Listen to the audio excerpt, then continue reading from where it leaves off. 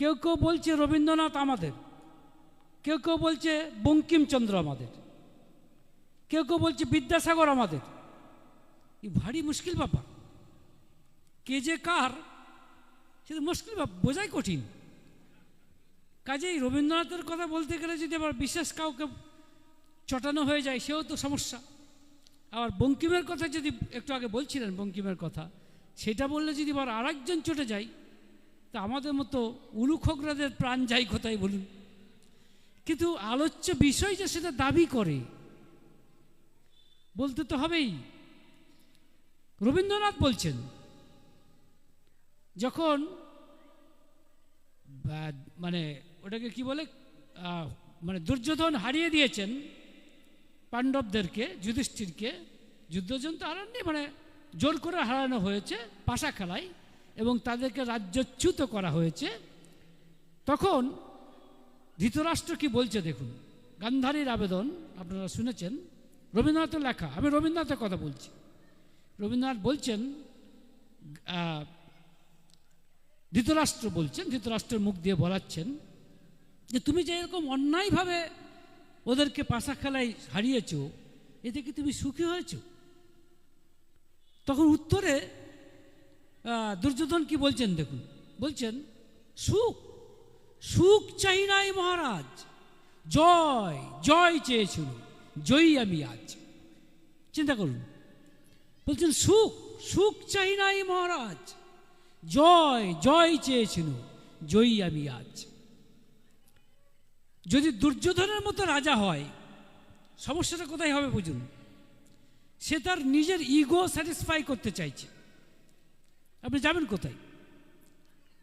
আর তার বাবা প্রথম প্রথম মানে ধৃতরাষ্ট্র একটু একটু বলার চেষ্টা করলেও সে নিজেই তো অধর্মের প্রতীক। দুর্যোধন যেমন অধর্মের প্রতীক, তার বাবাও তাই, কিন্তু ধর্মের প্রতীক গান্ধারী। সে কি বলছে, রবীন্দ্রনাথের কথা, ত্যাগ করে পুত্র দুর্যোধনে। তখন ও কি বলে, ধৃতরাষ্ট্র বলছেন ত্যাগ করে কি রাখিব?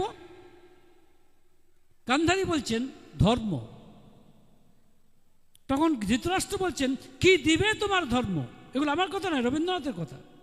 বলছেন কি দিবে তোমার ধর্ম? গান্ধারী বলছেন দুঃখ নব নব, নতুন নতুন দুঃখ দেবে। তখন একের পর এক বোঝাচ্ছেন যে তুমি যে ধরো কেউ যদি এরকম নারীদের উপরে অত্যাচার করে, অন্যায়ভাবে অত্যাচার করে, তাহলে তার কি শাস্তি কি হবে? তখন ধৃতরাষ্ট্র বলছেন নির্বাসন। তখন গান্ধারী বলছেন তাহলে প্রথমেই দুর্যোধনকে নির্বাসন দাও। মা হয়ে বলছেন। তখন ধৃতরাষ্ট্র বলছেন সে কি, আমি পিতা। গান্ধারী বলছেন মাতা আমি নহি, আমি তাকে 10 মাস 10 দিন তার মতো করে তাকে বহন করিনি, আমার রক্ত থেকে সে রক্ত পেয়েছে।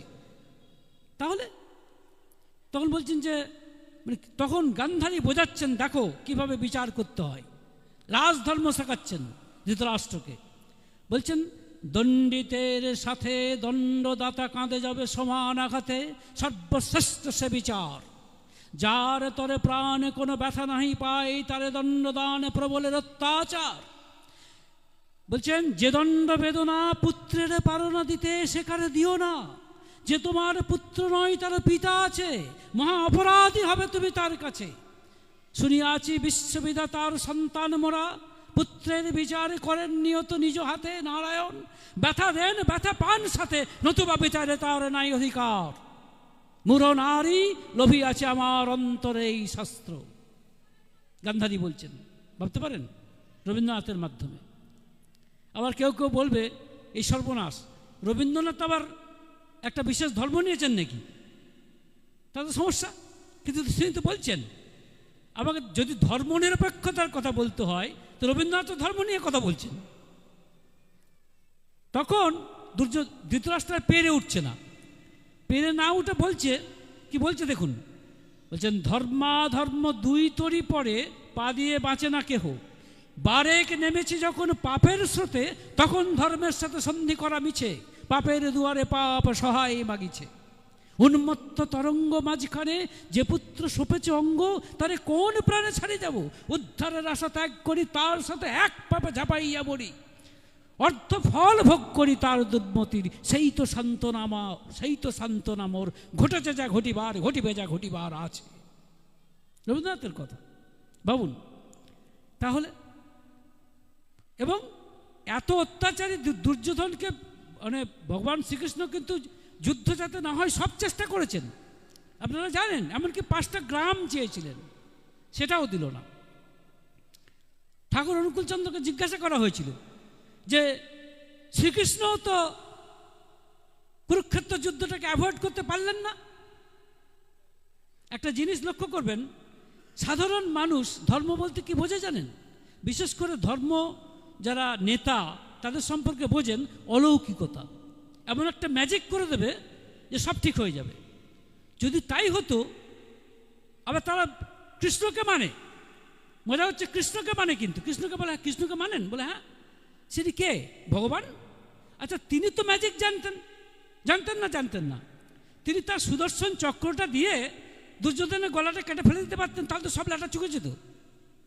তা তো তিনি করলেন না, বরং যুদ্ধ করতে হলো। এবং যুদ্ধে তো একজন নয়, কত লোকের প্রাণ গেল। তাহলে ধর্ম সংস্থাপন করতে গিয়ে ভগবান শ্রীকৃষ্ণ কত লোকের প্রাণ যেতে বাধ্য করল? পারলেন না তো তিনি একটা সুদর্শন চক্র দিয়ে দুর্যোধনকে শেষ করে দিতে? পারলেন না নয়, এই অলৌকিকতায় তিনি বিশ্বাস করেন না, তাই তিনি ধর্ম সংস্থাপন করতে এসেছেন এবং যুদ্ধ করতে বাধ্য হয়েছেন, যেটা গীতাতে বলছে আপনারা জানেন।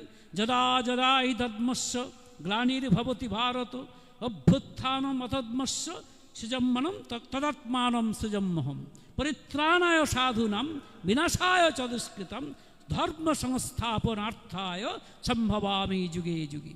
আমাকে করতে হচ্ছে। ঠাকুর অনুকূলচন্দ্রকে জিজ্ঞেস করা হয়েছিল যে যদি শুনে যান এই দূরাভাস যতদূর যাচ্ছে, আমি জানি না এই উত্তর কোথাও শুনেছেন কিনা। ঠাকুর অনুকূলচন্দ্রকে যখন জিজ্ঞেস করলেন যে এই কুরুক্ষেত্র যুদ্ধ, এটাকে কি এড়ানো যেত না? এতে তো বহু লোকের প্রাণ গেল, তাই দুর্যোধনকে শায়েস্তা করতে গিয়ে এত লোকের প্রাণ গেল, এটাতে কি শ্রীকৃষ্ণের কৃতিত্ব কিছু বাড়ল? ঠাকুর বলেছিলেন একটা অদ্ভুত কথা, বলেছিলেন যুদ্ধ যদি না হতো তাহলে কেউই বাঁচত না, মানে যারা বেঁচে ছিল তারাও বাঁচত না। এবার সত্যি কথা, কোনো উপায় ছিল না বলেই যুদ্ধটা হইতে হয়েছিল। এটা ধর্ম সংস্থাপনার্থে তো করতে হয়েছে তাকে। এখন প্রশ্ন হচ্ছে, শ্রদ্ধেয় প্রীতিগোপালদা খুব সত্যি কথা বলছেন, এই টপিকটা নিয়ে কিছু বলাটাই ভয়ঙ্কর, কারণ আমাদের কনস্টিটিউশন বলছে ধর্ম নিরপেক্ষ দেশ। ঠাকুর বলছেন ধর্ম নিরপেক্ষ বলে কোনো কথা হয় না, বলছেন মত নিরপেক্ষ হতে পারে। আমি এটা আবার রিপিট করছি, এবং সত্যি কথাই একবার তো ঠাকুর অনুকূলচন্দ্রই বলছেন ধর্ম এক, ঈশ্বর এক, প্রেরিত পুরুষগণ সব একই বার্তাবাহী। একথা কে শুনেছে? আজকে টিভিতে শুনুন, আপনি বিভিন্ন জায়গায় শুনুন, বলবে হিন্দু ধর্ম, মুসলমান ধর্ম। ঠাকুর অনুকূলচন্দ্র একমাত্র যিনি বললেন ধর্ম এক, ধর্মের কোনো প্রকার হয় না। রামকৃষ্ণ বলেছেন, কিন্তু মানুষ সেভাবে বুঝতে পারেননি। রামকৃষ্ণ কি বলেছেন? ওই জল, কেউ বলছে জল, কেউ বলছে ওয়াটার, কেউ বলছে পানি, কিন্তু এক জিনিসকেই বোঝাচ্ছে। সেটাই ঠাকুর অনুকূলচন্দ্র পরিষ্কার করে আমাদের বলে দিলেন, ধর্ম এক, আর তার কোনো প্রকার হয় না, সেটাকে বুঝে নিতে হবে। সেই ধর্মকে বাদ দিয়ে আপনি নিরপেক্ষ থাকতে পারবেন না। সে ধর্ম কি? ঠাকুর বলছেন, অনেকে বলবে ভাই ভাই ভগবান টগবানের বিশ্বাস আছে না আছে ঠিক নেই, আদৌ ভগবান আছেন কিনা তারই বা ঠিক কি? সেখানেও উত্তর আছে ঠাকুর অনুকূলচন্দ্রের, আর কোথাও পাবেন না। তিনি কি বলছেন শুনুন, বলছেন ঈশ্বরে তুই নাই বা মানিস, অস্তিত্বকে বুঝিস তো, পালন পোষণ অস্তিত্বে করা ধর্ম বলে তাকেই তো। শুনেছেন ধর্মের এই ডেফিনেশন, ধর্মের এই সংজ্ঞা কোথাও শুনেছেন? বলছেন যদি ঈশ্বরে কেউ বিশ্বাস না করে, কারণ দেখবেন একটা কথা, ধর্ম বললেই চট করে মনে করে মানুষ যে তাহলে ভগবানের ব্যাপার আছে, ধর্ম মানেই ভগবানের ব্যাপার আছে, কিন্তু আমি তো ভগবান বিশ্বাস করি না, তাহলে ধর্মে আমার যাওয়ার কোনো প্রয়োজন নেই। নো, ঠাকুর অনুকূলচন্দ্র বলছেন তাতে কি হয়েছে? ঈশ্বরে তুই নাই বা মানিস, অস্তিত্বকে বুঝিস তো, তুই যে বেঁচে আছিস সেটা বুঝিস কিনা বল। সেটা তো কাউকে বুঝিয়ে দিতে হবে না। কাউকে বুঝিয়ে দিতে হবে যে তুই বেঁচে আছিস কিনা? আমি নিজেই বুঝতে পারছি আমি বেঁচে আছি, কাউকে বুঝিয়ে দিতে হয় না। এটা এমন একটা জিনিস, কাউকে বুঝিয়ে দিতে হয় না যে আমি বেঁচে আছি। আর এই বেঁচে থাকার জন্য যা করা সেটাই ধর্ম। ঠাকুর বলছেন সেটাই ধর্ম। ধর্মে মানুষ বাঁচে বাড়ে, সম্প্রদায়টা ধর্ম না রে। বারবার ঠাকুর বলছেন। এখন এই বাঁচা বাড়া এটা কি? এটাই প্রশ্ন, এটাই ধর্ম। এটাকে যদি উপেক্ষা করে কেউ, রাষ্ট্র দুর্বল হতে বাধ্য। কারণ রাষ্ট্র কাকে নিয়ে? রাষ্ট্র তো মানুষকে নিয়ে। রাষ্ট্রের একক কি? একক তো মানুষ। কতগুলো মানুষ নিয়েই তো একটা গৃহ, কতগুলো গৃহ নিয়েই তো একটা পরিবার, কতগুলো মানে মানে কতগুলো পরিবার নিয়ে একটা সমাজ, কতগুলো সমাজ নিয়ে একটা দেশ, কতগুলো দেশ নিয়ে একটা রাষ্ট্র। এইটাই তো আমরা ভাবি। তাহলে মূলটাকে একক হচ্ছে, এক হচ্ছে ব্যক্তি। ঠাকুর বারবার বলতেন গণশিক্ষা নয়, জনশিক্ষা দরকার। কেউ ভাববেন আজকালকার যারা রাজনীতিবিদ, যারা সমাজতত্ত্ববিদ, যারা অর্থনীতিবিদ, তারা কিন্তু দেশের আসল সমস্যার গায়ে হাত দিতে পারবেন না। তার কারণ তারা আসলটা বোঝেনি। আধ্যাত্মিকতা কাকে বলে? জানেন তো, আজকাল লোকে ধর্ম কথাটা পছন্দ করে না। কি বলে জানেন তো? স্পিরিচুয়ালিজম, আধ্যাত্মিকতা। ভারী নামটি গাল ভরা, কিন্তু মূলত আধ্যাত্মিকতার সঙ্গে ধর্মের বিশেষ তফাৎ নেই, এটা মনে রাখবেন। তাই বলছি কি স্পিরিচুয়ালিজম। তো এখন কথা হচ্ছে এই স্পিরিচুয়ালিজমে, আধ্যাত্মিকতায় কাকে বলে জানেন? আধ্যাত্মিকতা একবার তো ঠাকুর অনুকূলচন্দ্র বলছেন, যা নাকি মানুষকে কারণমুখী করে দেয় তাই হচ্ছে আধ্যাত্মিকতা। সমস্যাটা কোথায়? রাষ্ট্রের সমস্যাটা কোথায়? রাষ্ট্রের সমস্যা কি কিছু অর্থনৈতিক অসুবিধা? রাষ্ট্রের সমস্যা কি তথাকথিতভাবে ধরুন কতগুলো কার্ড তৈরি করা, কতগুলো কার্ড পাওয়া, কতগুলো খাবার পাওয়া? সম্ভবত নয়। রাষ্ট্রের মূল সমস্যা অন্য জায়গায়, এবং এটা জানতে গেলে আধ্যাত্মিকতা জানতে হবে। কারণ আধ্যাত্মিকতাই আমাকে শেখায় মূল কারণ কি, যে কোনো সমস্যার মূল কারণ কি। মূল কারণ হচ্ছে, যে কারণে ঠাকুর বলছেন, তা আপনারা জানেন, ঠাকুরের ভাই, যাকে আমরা খেপুদা বলে জানি, প্রভাষচন্দ্র চক্রবর্তী, তিনি বলেছিলেন আমাদেরও কিন্তু জনসেবামূলক কাজ করতে হবে। ঠাকুর বলেছিলেন, দেখো আমি জানি মানুষের দুঃখ কোথায়, মানুষের দুঃখ কোথায়? প্রবৃত্তির দ্বারা সে একেবারে অভিভূত হয়ে আছে। তাই ধর্ম চায়, প্রথমেই চাই ধর্মদান। আপনারা শুনলে অবাক হবেন, বিবেকানন্দ সেই কথা বলছেন, যেটি খুব ভালো যুগপ্রহরীতে আমি দেখলাম, শ্রদ্ধেয় বোধহয় প্রীতিগোপাল দা শেষ পাতায় এটা লিখেছেন, মানে এই উদ্ধৃতিটা দিয়েছেন। সত্যি কথা, স্বামী বিবেকানন্দ এটা আবার আর কথা। বিবেকানন্দ কার সেটা আবার ঝামেলা, কিন্তু বিবেকানন্দ সবার, কারো নয়, সবার।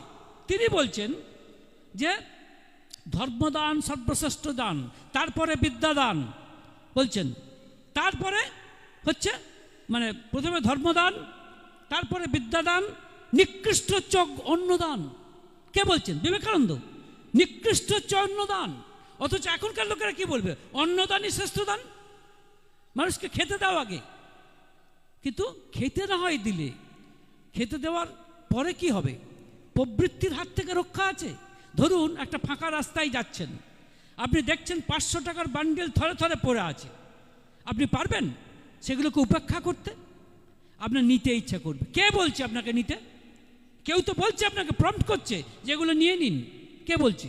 লোভ। তার হাত থেকে রেহাই আছে? রেহাই নেই বলেই তো আজকালকার দিনের তথাকথিত রাজনৈতিক নেতা, কোনো দলের কথা বলছি না, সব দলেই দুর্নীতি। আজ দুর্নীতি একেবারে বাসা বেঁধে, কিছু করার নেই। কারণ যখন বলা হচ্ছে যে কাজটা করে দিন অন্যায়ভাবে, আপনাকে 10,000 টাকা দেবো, না আমি করব না, আমি নীতিতে বিশ্বাস করি, আচ্ছা 10 লাখ টাকা দেবো, তখন আর পাচ্ছে না, তখন কিন্তু ভেঙে পড়ছে। কেন ভাঙছে? ও জানে না এর পিছনে কে আছে, এর পেছনে মেন প্লেয়ারটা কে। ও কি জানে যে কেন 10 লাখে নিতান্ত একেবারে মাটিতে ধপ করে বসে পড়ছে? হ্যাঁ করে দেবো, লোভে। কে প্লেয়ারটা? কে প্লেয়ারটা? হচ্ছে লোভ। লক্ষ্য করে দেখুন, লোভ। তার হাত থেকে তুই যাবি কোথায়? বা ধরুন এই যে চারিদিকে ধর্ষণ হচ্ছে, প্লেয়ারটা, আসল প্লেয়ারটা কে? কাম, সেক্স। কিছু করার নেই। কিন্তু এই যে এইগুলো ভগবান শ্রীকৃষ্ণ বলছেন, মানে মানে বলছেন যে এই যে মায়ার সৃষ্টি করেছে অর্জুন, এই মায়া থেকে বেরিয়ে যাওয়া এত সহজ নয়।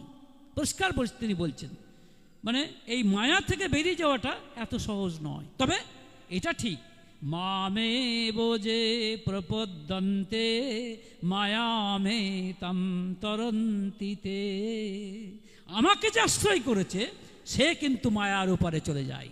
কাজেই এমন কি ক্ষমতাবান আপনি, আপনি কত বড় এক্সপার্ট, আপনি কত বড় নিজেকে মনে করেন, আপনি পারবেন আপনার লোভকে জয় করতে? আপনি পারবেন আপনার কামকে জয় করতে? আপনি পারবেন আপনার হিংসাকে জয় করতে? আপনি পারবেন আপনার অহংকারকে জয় করতে?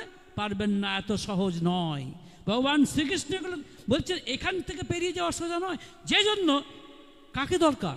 বৃত্তাধীশকে দরকার, যিনি বৃত্তিগুলি তৈরি করেছেন। আর আমরা বৃত্তাধীন। তাহলে আসল প্লেয়ার দেখুন, মূল কারণ কিন্তু প্রবৃত্তি, অথচ এর প্রতিবিধান খুঁজছি অন্য জায়গায়। কাজ হবে না। ওই তথাকথিত একটা সামান্য মেরামতি হবে, তার বেশি কিছু হবে না। আপনি জেলে দিন, দর্শককে জেলে দিতে পারেন, তাতেই যে আপনি মনে করছেন ধর্ষণ কমে যাবে এমন কোনো গ্যারেন্টি নেই। কিন্তু তা যদি হতো তাহলে সব থেকে বেশি শক্তিশালী যে সমস্ত আইন যুক্ত দেশ, সেখানে ধর্ষণ জিরো হয়ে যেত। জিরো হয়নি কিন্তু। কেন? কারণ মেন প্লেয়ারটাকে কেউ বুঝতে পারছে না। আর এইখানেই আসছে ধর্মদান, যে জন্য ঠাকুর বলছেন আগে ধর্মদান। এখন প্রশ্ন হচ্ছে, ধর্মদান করলেই কি এই সমস্ত সমস্যার সমাধান হয়ে যাবে? না, একদিনে হবে না। কিন্তু যদি ধর্মটাকে সে বুঝতে পারে, ধর্ম কাকে বলে, তথাকথিত মানে ধর্মের নামে অধর্ম নয়, তথাকথিত উদারতার নামে ভণ্ডামি নয়, তথাকথিত আধুনিকতার মুখোশ পরে তথাকথিত উদারতা দেখানো নয়। ধর্ম মানে হচ্ছে যে আমাকে ধারণ করে, আমাকে বাঁচিয়ে রেখেছে। যখন ঠাকুরকে জিজ্ঞেস করা হচ্ছে, ঠাকুর ভগবানের দয়া তো ঠিক বুঝি না, ঠাকুর বলছেন এই যে তুই বেঁচে আছিস না, এই বেঁচে থাকাটাই হচ্ছে ভগবানের দয়া। যাই হোক, বিবেকানন্দের কথায় আসছিলাম। বিবেকানন্দ কি বলছেন? যে অন্নদান নিকৃষ্ট দান। কেন বললেন? ঠাকুর বলছেন অন্নদান করে তুমি, অন্নদান যদি করো তাহলে কি হবে জানো? মানুষ কুঁড়ে হয়ে যাবে। মানুষ নিজের সম্পর্কে মানে নিজের উপরে নির্ভরশীল হবে না, সে তথাকথিত সেলফ সাফিসিয়েন্ট হতে চাইবে না, সে পরনির্ভরশীল হবে। আপনারা তার ফল দেখছেন। সরকার বলুন বা যাই বলুন, তারা কি করছে? বিভিন্ন জিনিস দিচ্ছে আমাদের, অমুক দিচ্ছে, তমুক দিচ্ছে। ধরুন চালের ব্যবস্থা করছে, চালের ভয় নেই, কম টাকায় চাল পাওয়া যাচ্ছে। মানুষ কি বলবে জানেন কিছুদিন পরে? হ্যাঁ, চালের ব্যবস্থাতে করেছো ভাই, ভাতের ব্যবস্থা করেছো, এবার চামচাতে করে খাইয়ে দাও, আমি খেতেও পারবো না। সমস্যা কি বলবেই। তার ঠাকুর কি বললেন? এর ব্যাখ্যা দিয়েছেন ঠাকুর, বলছেন অন্নদান যদি এভাবে তুমি করে যাও তাহলে মানুষ আর স্বয়ং মানে সেলফ সাফিসিয়েন্ট হবে না। এরপরে প্রাণদান, ঠাকুর বলছেন প্রাণদানও ভালো, কিন্তু প্রাণদান করলেও শেষ আসবে না। যেমন ধরুন কারো হয়তো লিভার গন্ডগোল হয়ে গেছে, ডাক্তাররা লিভার ট্রান্সপ্লান্ট করে তার প্রাণদান করছে, বা হৃৎপিণ্ডের গন্ডগোল হয়েছে, হৃৎপিণ্ডটাকে ঠিক করে প্রাণদান করছে, তাতে কি সমস্যার সমাধান হবে? হবে না।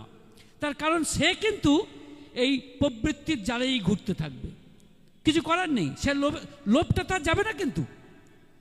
যেমন একজন, যাই হোক, তাহলে দেখুন তারপরে বিদ্যাদান। বিদ্যা আবার দু রকমের আছে, পরাবিদ্যা, অপরাবিদ্যা। এই স্কুল কলেজের যে বিদ্যা, সেখানে তথাকথিত ধর্ম শেখানো হয় না। ধর্মের কথা বললে আবার বলে না না না, স্কুলে আবার ধর্ম কি, কলেজে আবার ধর্ম কি, ওসব বাদ দাও। আরে আমি কে? হু অ্যাম আই? এটাই তো ধর্ম। আমি কে? শরীরটা, নাকি আমি মনটা, নাকি আমি আত্মাটা? এইটাই হচ্ছে প্রথম প্রশ্ন। এই প্রশ্নের উত্তর খোঁজার জন্য যে বিজ্ঞান, সেটাই হচ্ছে ধর্ম। সেটা প্রাইমারি লেভেল থেকে দিতে হবে, একেবারে ইউনিভার্সিটি লেভেল পর্যন্ত, কিন্তু সেটা আমরা দিই না। যে জন্য ভারী মজা করে রামকৃষ্ণদেব, আপনারা জানেন, তাই শ্রীম যখন এসেছেন নতুন, তখন জিজ্ঞেস করছেন তোমার পরিবার আছে? মানে বোঝেন তো, পরিবার মানে তোমার বউ আছে? তো তখন শ্রীম বলছেন আগে হ্যাঁ। বলছেন তোমার পরিবার অবিদ্যা শক্তি না বিদ্যা শক্তি? এখন শ্রীম বুঝতে পারছেন না, তিনি ভাবছেন উনি রামকৃষ্ণদেব বোধহয় জিজ্ঞেস করতে চাইছেন যে আমার স্ত্রী স্কুল কলেজে পড়াশোনা করেছে কিনা, স্কুল কলেজের ডিগ্রি আছে কিনা। তখন তার জন্য তিনি বলছেন রামকৃষ্ণদেব কায়দা করে উনি বলছেন, আগে মানুষ ভালো তবে অজ্ঞান। অজ্ঞান মানে পড়াশোনা জানে না, তখনকার দিনে মা তো। রামকৃষ্ণ বলছেন, বিরক্ত হয়ে বলছেন, আর তুমি ভারী জ্ঞানী। অর্থাৎ তুমি 2 কলম পড়াশোনা করেছো বলে, তথাকথিত 2 কলম বিজ্ঞান জানো বলে তুমি নিজেকে বিরাট পণ্ডিত ভেবে ফেলেছো। তুমি তো বিদ্যার কিছুই জানো না। বিদ্যা কি? ঈশ্বরকে জানার নামই বিদ্যা। এটাকে বলে পরাবিদ্যা। এই বিদ্যাকে যদি উপেক্ষা করা হয়, রাষ্ট্র দুর্বল হতে বাধ্য। এই বিদ্যার যদি এই তথাকথিত ধর্মের নামে, ধর্ম নিরপেক্ষতার নামে এই ধর্মকে অস্বীকার করা হয়, যে আমি কে, আমার উৎস কোথায়, আমি হলাম কি করে, এই জীব জগৎ পৃথিবী এটা কি করে হলো, এর মূলে কি, এই যে বিজ্ঞান, এটাই হচ্ছে ভাগবত বিজ্ঞান, এটাই হচ্ছে আধ্যাত্মিকতা। এটাকে যদি অস্বীকার করি, এটাকে যদি উপেক্ষা করি, আমি তথাকথিতভাবে MA BA ডক্টরেট যত বড়ই হই না কেন, আমার সঠিক ব্যক্তিত্ব হবে না। এই সমস্ত লোকদেরকে দেখেই ঠাকুর এই বাণীটা দিয়েছিলেন। কি বাণী জানেন? বলছেন, বৃত্তিগুলি ব্যক্তিত্বে তোর, হর খেয়ালে খেলছে ভাটা। কত নাচনে নাচছিস রে তুই, হিসাব করে দেখলি সেটা? ঠাকুর বলছেন, বাঁদর নাচন নাচলি কত, বাহ বাহ কত পেলি বাতুল, ভাবছিস তুই মস্ত মানুষ, কেউ কি আছে তোর সমতুল? পাগল, বেকুব, ওরে দিগ্গজ, খতিয়ে কি দেখলি হাই, পৃষ্ঠ স্বার্থে টান ছাড়া কি অখণ্ডতা তোর গজায়। কাদের সম্পর্কে বলছেন? ওই যারা তথাকথিত পণ্ডিত, যারা বলে ওসব ধর্ম টর্ম বাদ দিন, ওসবগুলো ঠিক না, ওসবগুলো ঠিক না। হ্যাঁ, এসব কি আবার আধুনিক যুগে, আধুনিক সময়তে ওসব বাদ দিন, ও ধর্ম আপনি বাড়িতে গিয়ে করুন। ধর্ম, আরে ধর্ম যদি বলে যদি কিছুই না থাকে, তাহলে বাড়িতেই বা করবো কেন? আমার প্রশ্ন এখানে। ধর্ম বলে যদি কিছুই না থাকে, তাহলে সেটা বাড়িতেই বা করবো কেন? কিন্তু তারা জানে না আধ্যাত্মিকতা কাকে বলে। প্রথম প্রশ্নই হচ্ছে এইটা। বেদান্ত, আমাদের গীতা, সে কি প্রশ্ন করছে যে তুই কে? ফার্স্ট প্রশ্নই হচ্ছে হু আর ইউ। আমি যদি আপনাকে প্রশ্ন করি আপনি কে, আপনি হাত তুলে বলবেন এই তো আমি। আমি তখন প্রশ্ন করবো আপনার শরীরটাই কি আপনি? শরীরটাই কি আপনি? তখন বলবেন না শরীরটা, হ্যাঁ শরীরটা নিশ্চয়ই। আচ্ছা, আপনার মধ্যে একটা মন নেই? মন আছে। মনের মধ্যে একটা ভিতরে একটা আত্মা নেই? আত্মা আছে। তাই সব মিলিয়ে আপনি একটা ত্রিস্তরীয় একটা অস্তিত্ব, শরীর, মন এবং আত্মা। এটা অস্বীকার করতে পারবেন না। তাই এগুলো কিভাবে তৈরি হলো এটা আমাকে জানতে হবে। আমি হলাম কোথা থেকে, আমার উৎস কে?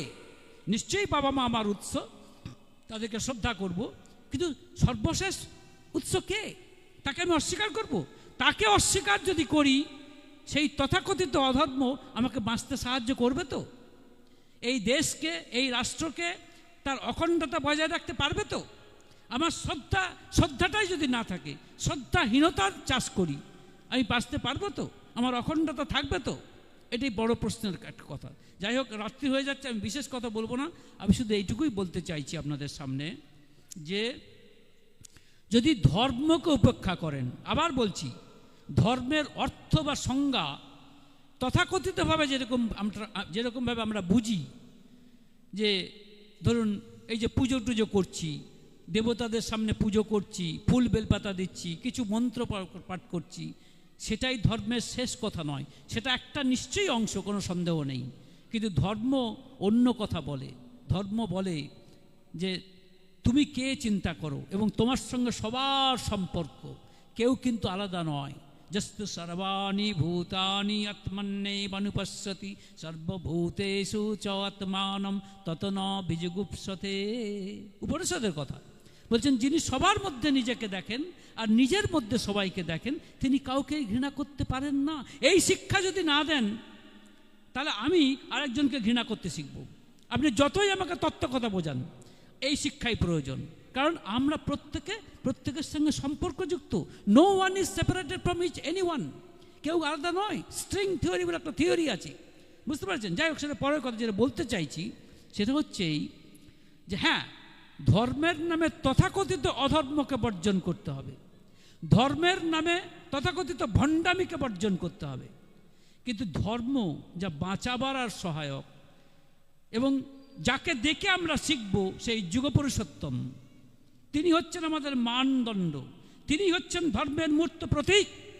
হি is the embodiment of all religion, all spiritualism.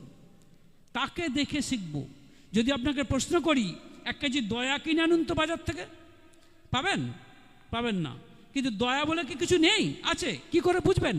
একজন দয়ালু লোকের কাছে গেলে বুঝবেন দয়া কাকে বলে, মায়ের কাছে গেলে বুঝবেন মমতা কাকে বলে, সেরকম পুরুষোত্তমের কাছে এলে বুঝবেন ধর্ম কাকে বলে। পুরুষোত্তমের আচরণটাই হচ্ছে ধর্ম। তিনি এই বার্তাটাই আমাদের দিতে চান যে বিশ্বরূপ যেমন সত্য, বিষ্ণুরূপ তেমনই সত্য। বিশ্বরূপ মানে যেখানে বহু এক হয়েছে, সবাই আমরা এক।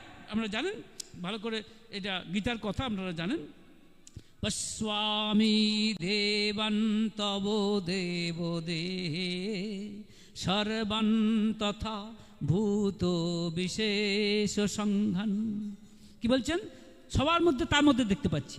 হ্যাঁ, সুতরাং তারপরে কি বলছেন? ব্রহ্মাণম ঈশম কমলাসনস্থম ঋষিংশ্চ দিব্যান উর্গান সর্বান। অর্থটা কি?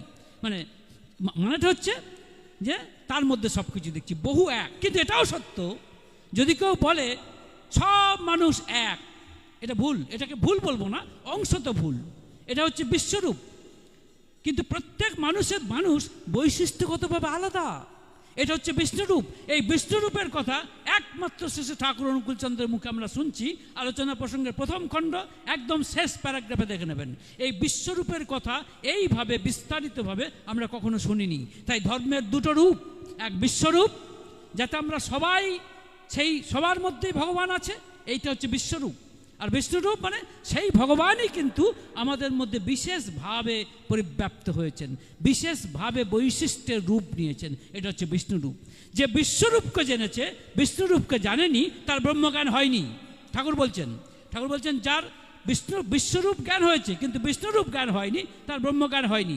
তেমনই বিষ্ণুরূপ জ্ঞান হয়েছে, বিশ্বরূপ জ্ঞান হয়নি, তারও ব্রহ্মজ্ঞান হয়নি। কাজে দুটোকেই চিনতে হবে। একটা মুদ্রাকে যদি ঠিক বুঝতে হয়, মুদ্রার দুটো পিঠকেই আপনাকে চিনতে হবে। আমার সৌভাগ্য যে আমি সৎসঙ্গী পরিবারের তৃতীয় প্রজন্মের মানুষ।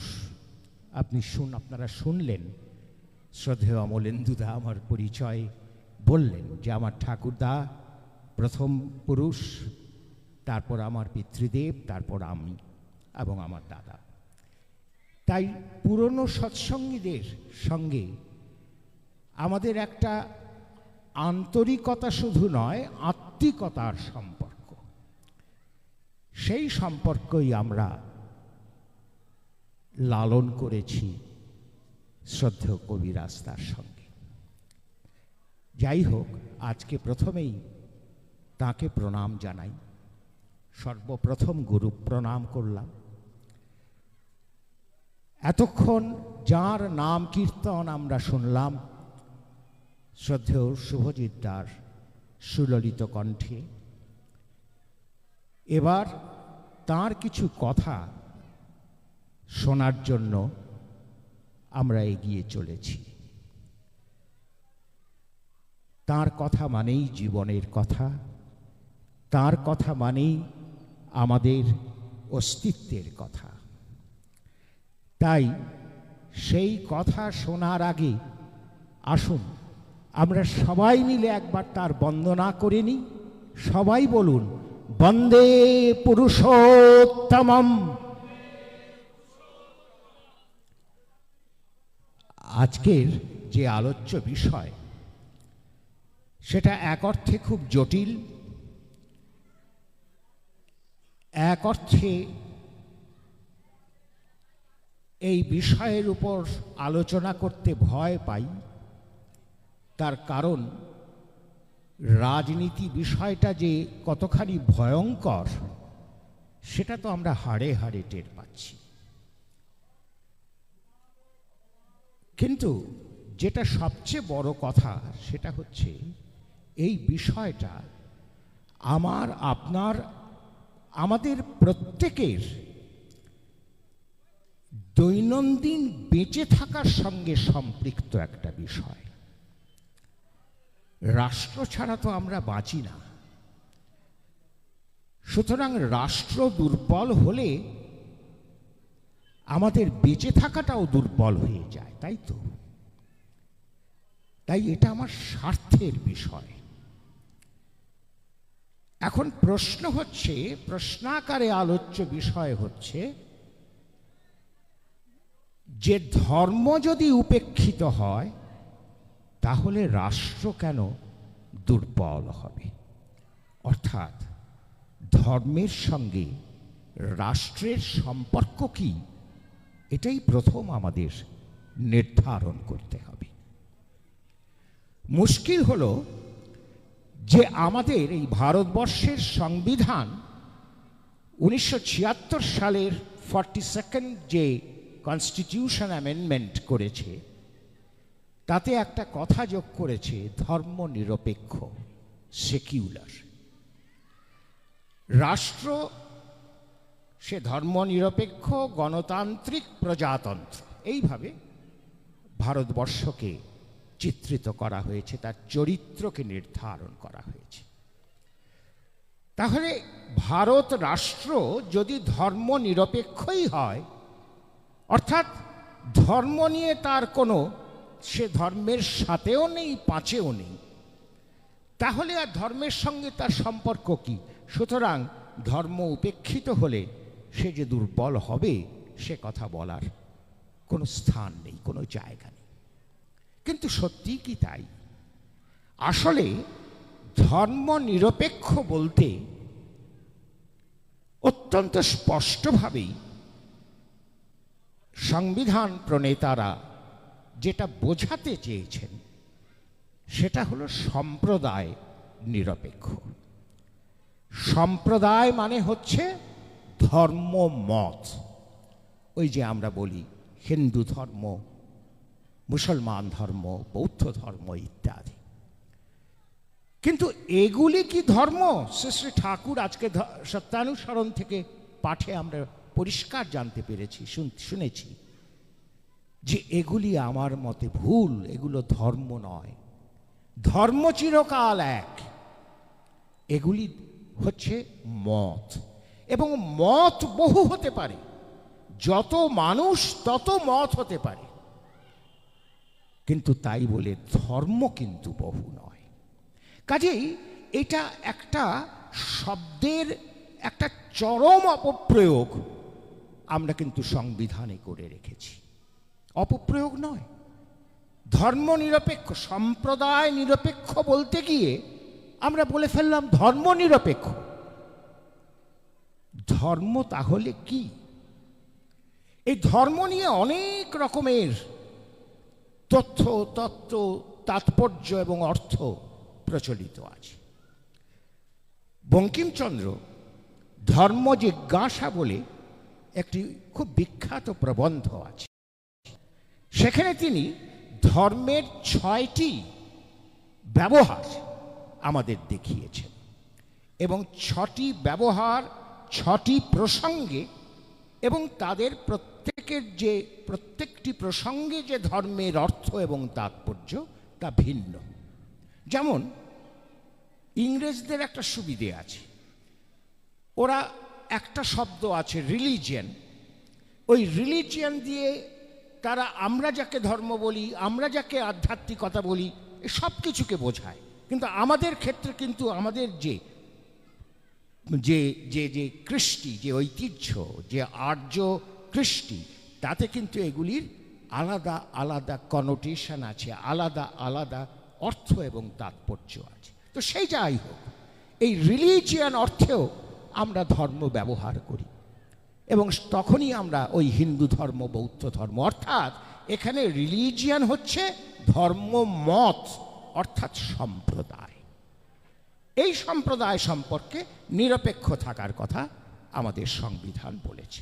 ধর্ম সম্পর্কে নিরপেক্ষতার কোনো অর্থই হয় না, সেটা আমি পরে আসছি।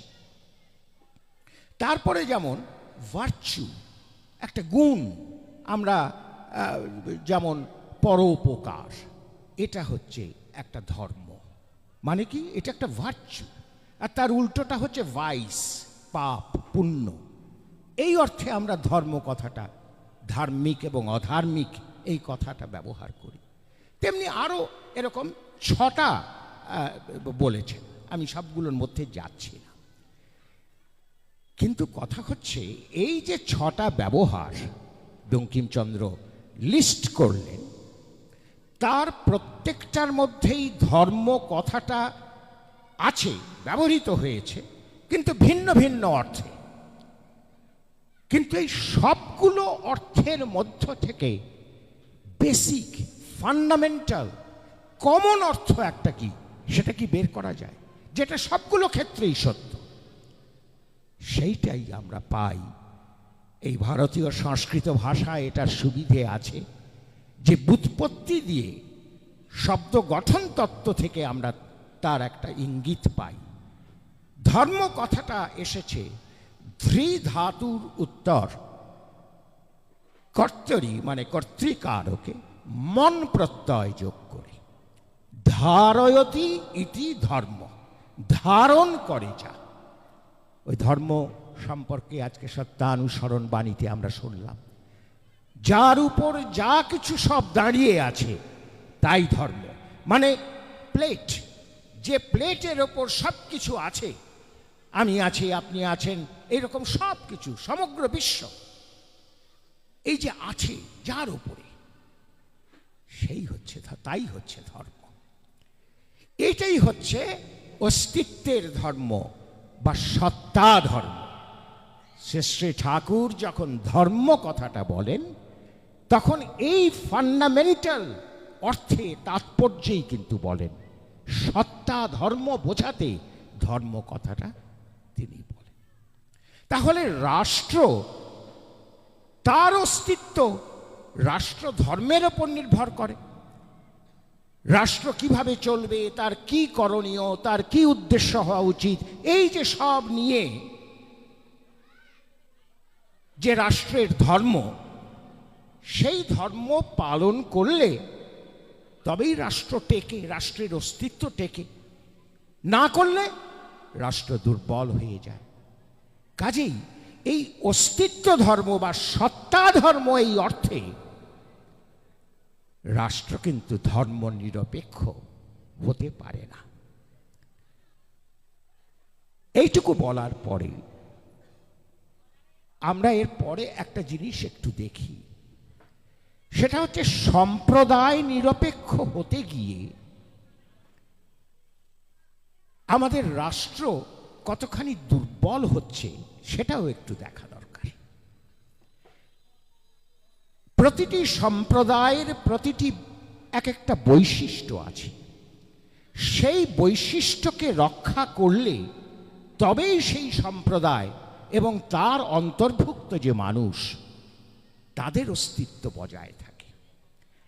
আমি যদি ওই বৈশিষ্ট্য সম্পর্কে নিরপেক্ষ থাকি, তাহলে তো তাদের অস্তিত্ব বজায় থাকে না। এই জন্য শ্রী ঠাকুর সম্প্রদায় নিরপেক্ষ রাষ্ট্রের কথা বলতে গিয়ে আমাদের বলেছেন যে আমি বুঝি ধর্মনিরপেক্ষ রাষ্ট্র হতে পারে না। ধর্মকে আশ্রয় করে প্রতিটি সম্প্রদায়ের প্রতিটি মানুষের বৈশিষ্ট্যানুগ জীবন বৃদ্ধিতে তৎপর রাষ্ট্র, এই হচ্ছে ধর্মনিরপেক্ষ বা সম্প্রদায় নিরপেক্ষ রাষ্ট্রের প্রকৃত তাৎপর্য। এটা না হলেই কিন্তু রাষ্ট্র দুর্বল হবে। শ্রী ঠাকুর এই প্রতিটি সম্প্রদায়কে যেন এক একটা বৃন্তে এক একটা ফুল, তার বৃন্তে সেই পুষ্পটা যাতে উদ্গত হয়, পুষ্পটা ফুটে ওঠে, সেটার জন্য চেষ্টা করে গিয়েছে। যে মুসলমান তার মুসলমান কৃষ্টি অনুসারে, যে হিন্দু তার হিন্দু কৃষ্টি অনুসারে। এবং সেই জন্য যখন 1940s সময়, মানে তখনও দেশভাগের অনেকটা সময় বাকি, এবং তখনও এই হিন্দু মুসলমান এই যে একটা বিরাট বিদ্বেষ এবং বিদ্রোহ, সেটা শুরু হয়নি। তখন থেকে তিনি বলে আসছেন যে হিন্দু মুসলমানের হবে, মুসলমান হিন্দুর হবে, তেমনি পশ্চিমবঙ্গ বিহারের হবে, বিহার পশ্চিমবঙ্গের হবে। এইভাবে সবাই যদি সবার না হয় তাহলে কিন্তু অস্তিত্ব টেকানো যাবে না। আজকে আমরা সেটাই কিন্তু দেখছি। আমরা কেউ কারো নই, আমরা শুধু সাম্প্রদায়িকভাবে কেউ কারো নই তা নই। রাজ্যে রাজ্যে আমাদের কোনো কমন ইন্টারেস্ট, বিহারকে বাঁচিয়ে রাখা যে আমার ইন্টারেস্ট, আমার স্বার্থে প্রয়োজন, এগুলি হচ্ছে ধর্মের কথা। এই আমরা বুঝতে পারছি না। আরে বাবা, অত বড় জায়গায় যাব কেন? আমরা ভাইয়ে ভাইয়ে একসঙ্গে কোনো কমন ইন্টারেস্ট বোধ করতে পারছি না। আমার ভাইকে সুন্দর করা, ভালো করা, সে যাতে সুখে ভালো থাকে, সমৃদ্ধ হয়, সেটা যে আমার ইন্টারেস্ট, আমার অস্তিত্বের ইন্টারেস্ট, সেটাই আমরা বুঝতে পারছি না। এই যে ধর্ম, অস্তিত্বের ধর্ম, এগুলো যখন উপেক্ষিত হয় বা এগুলি যখন আমরা অমান্য হয়, আমরা মানি না, তখন রাষ্ট্র, তখন আমাদের পরিবার, পরিজন, সমাজ, রাষ্ট্র, সমস্ত কিছু তখন কিন্তু দুর্বল হতে বাধ্য। এইভাবে ধর্মের সঙ্গে আমাদের অস্তিত্ব এবং অস্তিত্বের সঙ্গে রাষ্ট্র যুক্ত হয়ে রয়েছে। আসুন, রাষ্ট্রধর্ম বা রাজার ধর্ম, প্রাচীনকালে রাজাই ছিলেন রাষ্ট্রের প্রতিভূ। এই রাষ্ট্রধর্ম সম্পর্কে ভারতের যে চিন্তা ভাবনা, সেটা কিন্তু অত্যন্ত গভীর এবং সুদূর প্রসারী। আমরা সাহিত্যে, ধর্মশাস্ত্রে এবং ইতিহাস তথা রামায়ণ, মহাভারত, মহাকাব্যে সর্বত্র এই রাষ্ট্রচিন্তা বা রাজধর্ম, আমার অদ্ভুত লাগে যে ভারতের ঐতিহ্যের মধ্যে ধর্ম কথাটা এত গুরুত্বপূর্ণ। রাজনীতি মানে ধর্মনীতি বলা হচ্ছে, রাজনীতি হলো পলিটিক্স, পলিটিক্স মানে পূর্তনীতি। প্রি ধাতু থেকে পলিটিক্স কথাটাও এসেছে, পূর্ত কথাটাও এসেছে, অর্থাৎ পূরণ, ফুলফিল করা, মানুষের জীবন বর্ধনকে পালন পোষণ পূরণ করা, এই হচ্ছে পলিটিক্স। যেটা রাজনীতির যে বাণীটি আমরা চলার সাথী থেকে পেলাম, যে মানুষকে তার ব্যক্তিগতভাবে এবং সমষ্টিগতভাবে সর্বদিক থেকে, স্বাস্থ্যে, শিক্ষায়, সব দিক থেকে উন্নত করে, সমৃদ্ধ করে তোলা, এটাই হলো রাজনীতি। এই হচ্ছে পুরাণ নীতি। এই পুরাণ নীতি হচ্ছে ধর্মনীতি। সেই জন্য রাজার কর্তব্যকে আমাদের কৃষ্টি বলছে রাজধর্ম। সেই ভারতবর্ষ কি করে ধর্ম নিরপেক্ষতার একটা অদ্ভুত অর্থহীন কথা ঢুকিয়ে দিল আমাদের সংবিধানে। এখানেই তো আমরা দুর্বল করে দিলাম আমাদের রাষ্ট্রকে। ধর্মনিরপেক্ষ যেই হলাম, তৎক্ষণাৎ তো আমাদের বাঁচা বাড়া নিরপেক্ষ হতে হবে, কারণ ধর্ম মানেই বাঁচা বাড়া। আমার অস্তিত্ব নিরপেক্ষ হতে হবে। তাহলে আমার রাষ্ট্র কি আমার অস্তিত্ব নিরপেক্ষ? মাঝে মাঝে মনে হয় হ্যাঁ, তাই ওই যে বলেছেন, ইষ্ট নাই নেতা যেই, জমের দালাল কিন্তু সেই।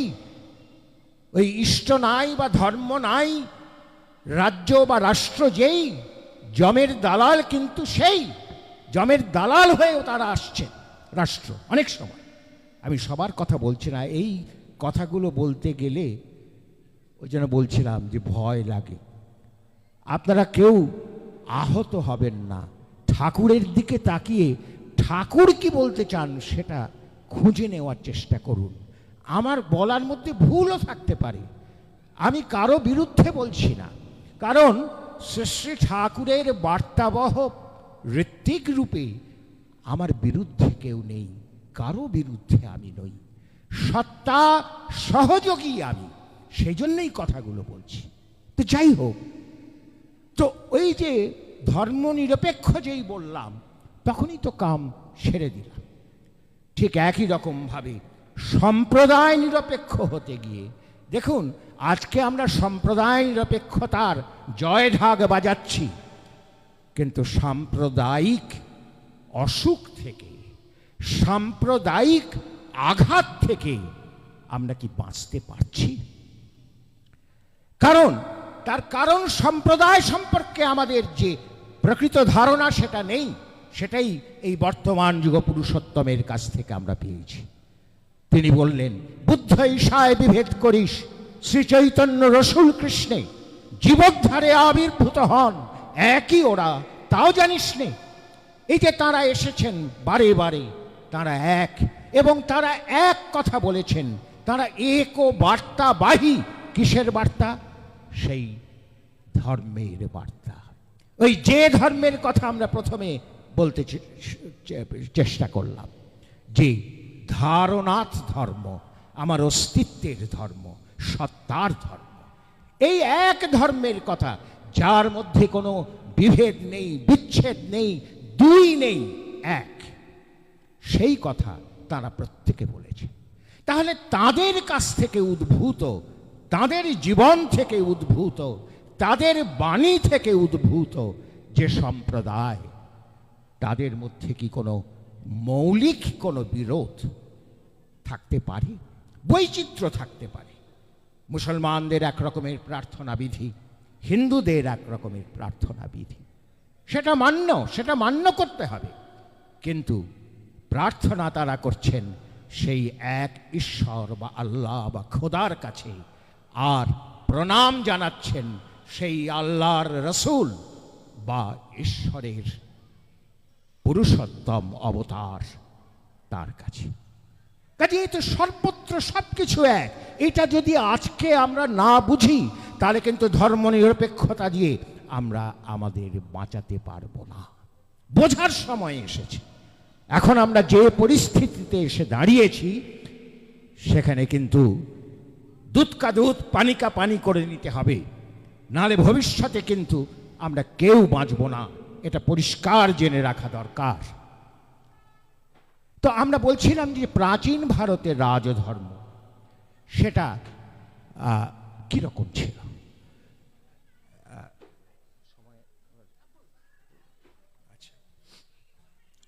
আমি আপনাদের জন্য একটু পড়ে শোনাতে চাই।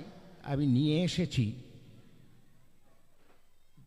বাণভট্টের একটা অত্যন্ত বিখ্যাত কাব্য কথা আছে, সেটা হচ্ছে কাদম্বরী। সেখানে কুমার চন্দ্রাপীড়ের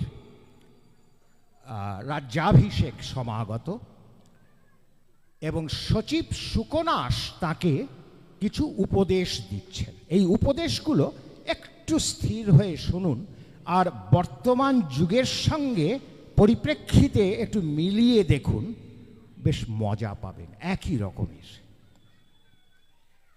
সুকনাস বলছেন, কুমার চন্দ্রাপীড়, তুমি সকল শাস্ত্রই অধ্যয়ন করিয়াছ, এবং তোমার অজানা বিষয় কিছুই নাই। তুমি উপদেশের উৎকৃষ্ট পাত্র। তাহা ছাড়া রাজাদের উপদেশটাও বিরল, কারণ প্রায় সকল লোকই ভয়ে প্রতিশব্দের ন্যায় রাজবচনের অনুগমনই করিয়া থাকে। কেউ নিজের স্বাধীন মতামত রাজা বা নেতা তাকে জানান না। নেতা যা বলেন তাই হাজি হাজি করে। উদ্দাম দর্পরূপ শোথ রোগে রাজাদের কর্ণবিবর আবৃত হইয়া থাকে। অতএব কেহ উপদেশ দানে প্রবৃত্ত হইলেও তাহারা তাহা শুনিতে পান না। শুনিতে পাইলেও হস্তির ন্যায় নেত্র সংকুচিত করিয়া সেই উপদেশ ও উপদেশটাকে অবজ্ঞা করিয়া থাকেন। নিজেদের অভিজ্ঞতা দিয়ে বিচার করুন। অহংকার দাহজনিত মূর্ছায় তাহারা সদসদ বিবেক শূন্য, ধনাভিমানে উন্মত্ত এবং বিষয় বিষবিকারে তন্দ্রাচ্ছন্ন হইয়া পড়েন। কে? রাজা বা নেতা। নেত্র রোগগ্রস্ত ব্যক্তি যেমন দূরের বস্তু দেখিতে পান না, রাজারাও তেমনি অদূরদর্শী। এই এখন কিসে লাভ, কিসে ভোটটা পাবো, সেইভাবে আমার যা কিছু স্ট্র্যাটেজি যে সব কিছু তৈরি করছে। অদূর ভবিষ্যতে কি হবে তা তারা ভাবেন না। একটা উদাহরণ দিই, এই যে ধর্ম যখনই বিঘ্নিত হয় কিভাবে দুর্বল হয় রাষ্ট্র। এই যে যখন ডাইভোর্স, বিবাহ বিচ্ছেদ, এটা তো একটা ভালো উদ্দেশ্য নিয়েই আমাদের ল মেকাররা তারা এটা করেছিলেন, এটা আইন সিদ্ধ করেছিলেন। কিন্তু এই যে ডাইভোর্স, সেটা হচ্ছে সম্পূর্ণ ধর্ম বিরুদ্ধ, মানে অস্তিত্ব বিরুদ্ধ। সেই জন্য যীশুখ্রিস্টই বলুন, হযরত রসুলই বলুন, আর আমাদের ভারতবর্ষের যারা পুরুষোত্তমগণ, প্রত্যেক পুরুষোত্তমের বিরোধিতা করেছে। কিন্তু ল মেকাররা তাঁরা ভাবলেন যে এর দ্বারা আমরা নারীকে অত্যাচারের হাত থেকে রক্ষা করতে পারব। সাধু উদ্যোগ, সাধু উদ্দেশ্য। কিন্তু আজকে আপনারা দেখুন, এই ডিভোর্স, যেটা হয়তো ল মেকাররাও ভেবেছিলেন যে খুব কম সংখ্যক হবে, একেবারে যখন আর বনিবনা হচ্ছে না তারা ডিভোর্স করবে, কিন্তু এখন কথায় কথায় ডিভোর্স। আমি দেখেছি কয়েক সপ্তাহের মধ্যে ডিভোর্স হয়ে গেছে বিয়ের পর।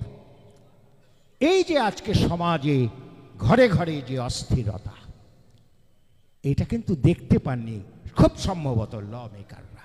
তাদের যদি আজকে আমি চ্যালেঞ্জ করি যে আপনারা এটা করলেন কেন, আজকে তো এই অবস্থা, তারা আমার মনে হয় বলবেন, ভাই আমি এটা বুঝতে পারিনি, এর চেয়ে এই মিসইউজ হবে এ আমি বুঝতে পারি। এরকম আরো বহু আছে। তো এই জন্য ওই সুকনাস বলছেন উপদেশ যে তেমনি অদূরদর্শী প্রেত পটহের ন্যায় রাজাদের নাম শ্রবণ মাত্রেই উদ্বেগজনক। অনেক সময় আমাদের হচ্ছে তো, নেতাদের নাম শুনলেই আমাদের উদ্বেগ। ব্রহ্মহত্যাদি মহাপাতক অনুষ্ঠানের উদ্যমের ন্যায় রাজাদের চিন্তাও চিত্তের অশান্তিকর।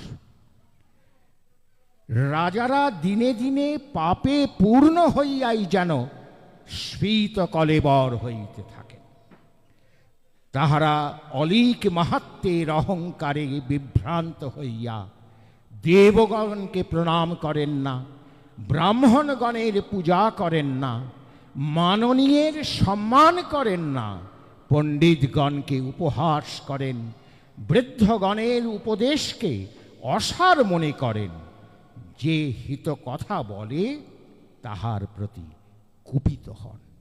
এইভাবে বলতে বলতে শেষে বলছেন, অতএব কুমার চন্দ্রাবীর, এইরূপ অতি জটিল ভয়ঙ্কর রাজ্য শাসন ব্যাপারে তুমি এমন আচরণে যত্নপর হইবে, যাহাতে লোকে উপহাস না করে, সাধুগণ নিন্দা না করেন, গুরুজনেরা ধিক্কার না দেন, শহীদগণ তিরস্কার না করেন এবং পণ্ডিতগণ শোক না করেন। আমরা তো এই রকমের নেতা চাই। এই হচ্ছে ধর্ম, রাজধর্ম। এই ধর্ম দুর্বল হলে যে রাজত্ব আমরা পাব, যে রাষ্ট্রকে আমরা পাব, যে নেতাদের আমরা পাব, তা কিন্তু আমার পক্ষে খুব একটা লাভজনক হবে না। একটু রামায়ণের কথা বলি। অরাজকতা মানে কি? মাৎসন্যায়, মানে যখন রাজা নেই, অথবা রাজা থাকতেও রাজধর্ম পালিত হচ্ছে না। এই তো অরাজকতা। এই অরাজকতার বর্ণনা ঋষিরা, মানে দশরথের মৃত্যুর পর একটা শূন্যতা তৈরি হয়েছে অযোধ্যায়, তখন এই মৌদ্গল্য, তারপরে চর্ব ইত্যাদি যে ঋষিরা, তারা এটার বর্ণনা করছেন যে এই অরাজকতা রাখতে দেওয়া যাবে না, খুব তাড়াতাড়ি একজন রাজা নির্বাচন করতে হবে। সেখানে তারা বলছেন, না রাজকে জনপদে বীজমুষ্টি প্রকীর্ষতে, না রাজকে পিতুঃ পুত্র ভার্যা বা বর্ততে বসে। আমি বাংলায় বলি, ইংরেজি সংস্কৃত দরকার নেই। অরাজক জনপদে শস্য উৎপন্ন হইতে পারে না, পুত্র পিতার বা পত্নী ভর্তার বশে থাকে না, অর্থাগমের পথ রুদ্ধ হয়ে যায়, মানে বেকারি, আনএমপ্লয়মেন্ট হচ্ছে আমাদের। তো অর্থাগমের পথ রুদ্ধ হইয়া যায়, ভার্যা সংগ্রহ অসম্ভব হইয়া পড়ে। আমরা আজকে এটাতে বোধ করি যে যে জটক, যে ছেলের সঙ্গে যে মেয়ের একটা যে সঙ্গতিপূর্ণ বিবাহ, সেটা দিতে আমাদের মাথার ঘাম পায়ে ফেলতে হয় আমাদের ছেলে মেয়েদের জন্য, সেই সম্পর্ক বিচার করতে। এই বলছেন সেই জন্য যে ভার্যা সংগ্রহ অসম্ভব হইয়া পড়ে। এইরূপ এবং আরও অনেক অনর্থ সংঘটিত হয় এবং সত্য অন্তর্ধান করে। সত্য মানেই হচ্ছে অস্তিত্ব, অস্তিত্ব অন্তর্ধান করে। কারণ যেখানে রাজধর্ম পালিত হয় না, সে রাজা না থাকার জন্যই হোক অথবা থেকেও পালন না করার জন্য হোক, সেখানে কিন্তু সত্য বা অস্তিত্ব সেটা থাকতে পারে না। মনুর কথা একটু বলি।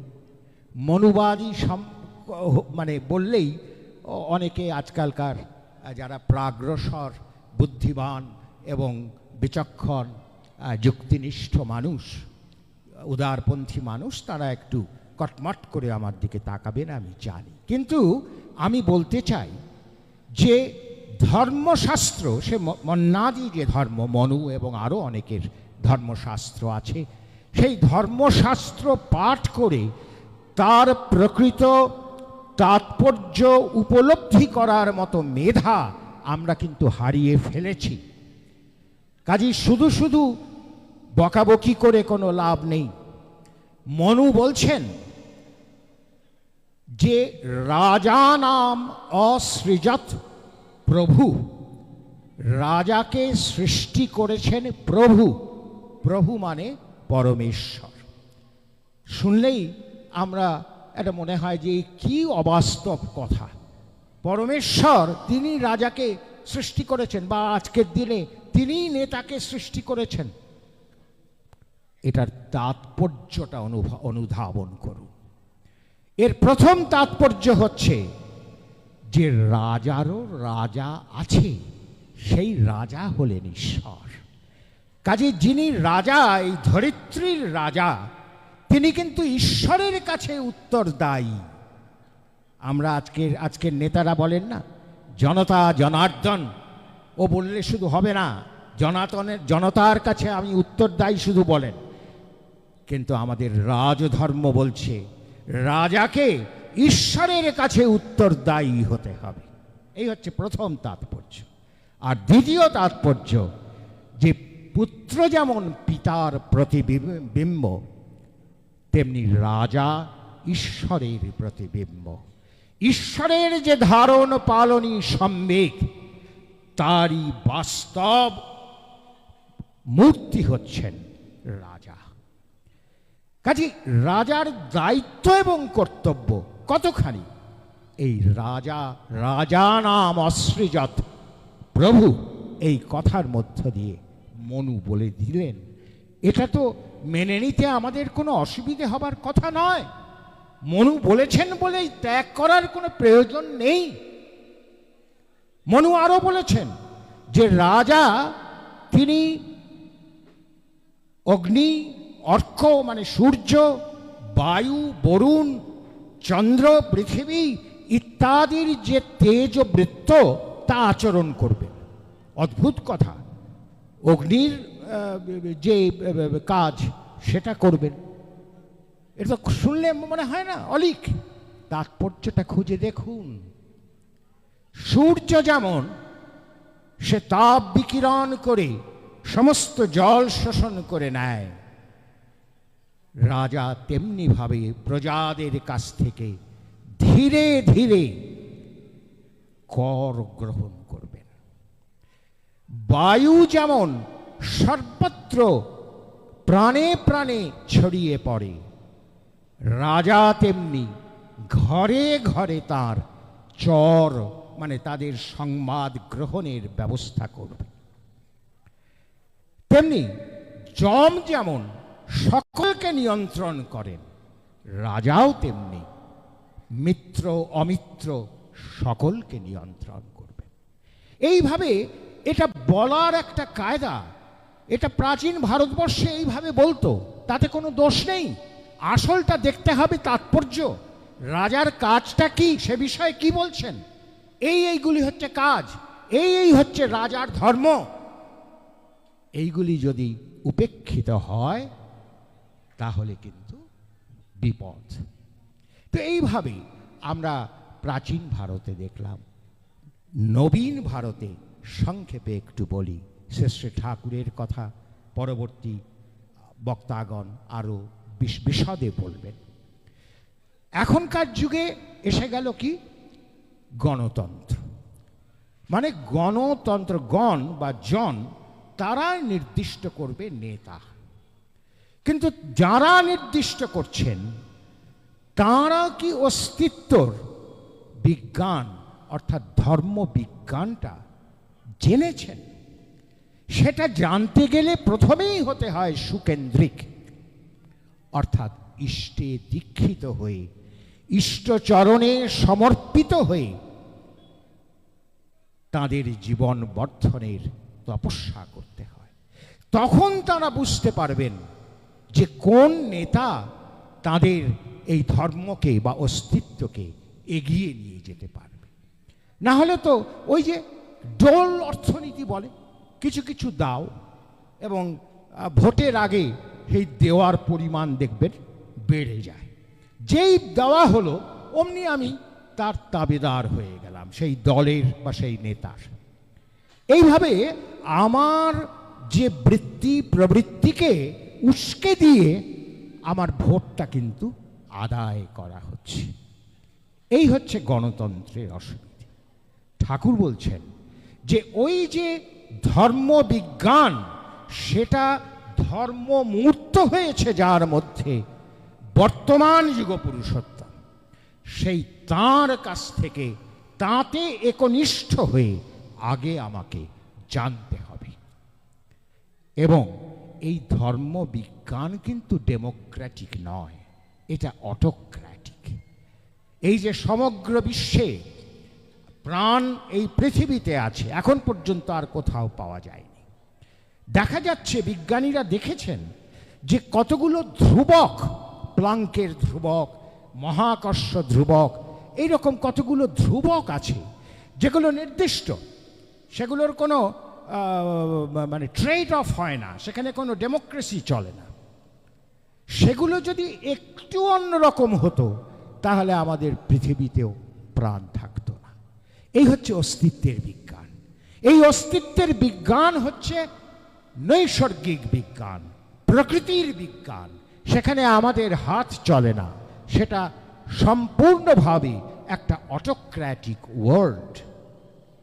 সেই ওয়ার্ল্ডের তত্ত্ব, সেই ওয়ার্ল্ডের বিজ্ঞান জানাতে পারেন একমাত্র বর্তমান যুগ পুরুষোত্তম।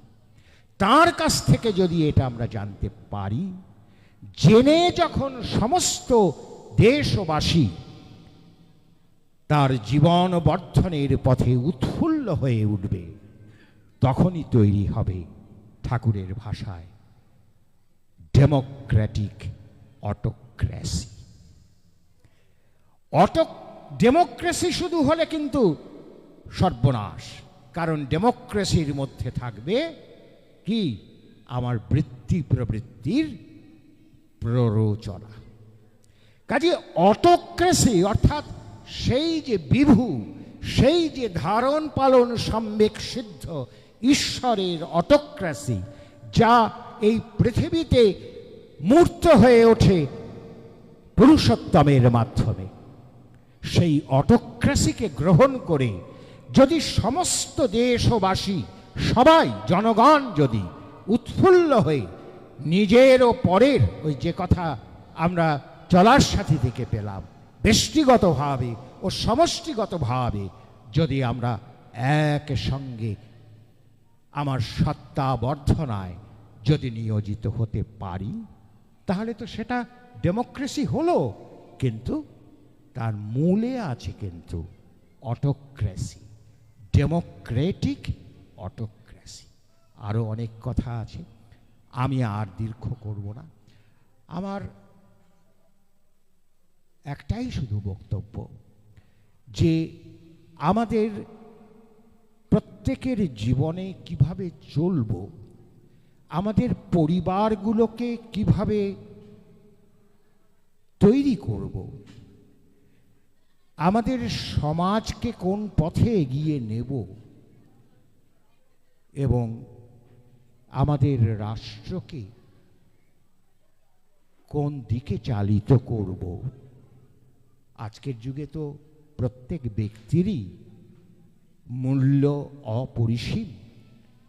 সুতরাং আমরা যতজন ওই বর্তমান যুগ পুরুষোত্তমের পদতলে এসে সমবেত হয়ে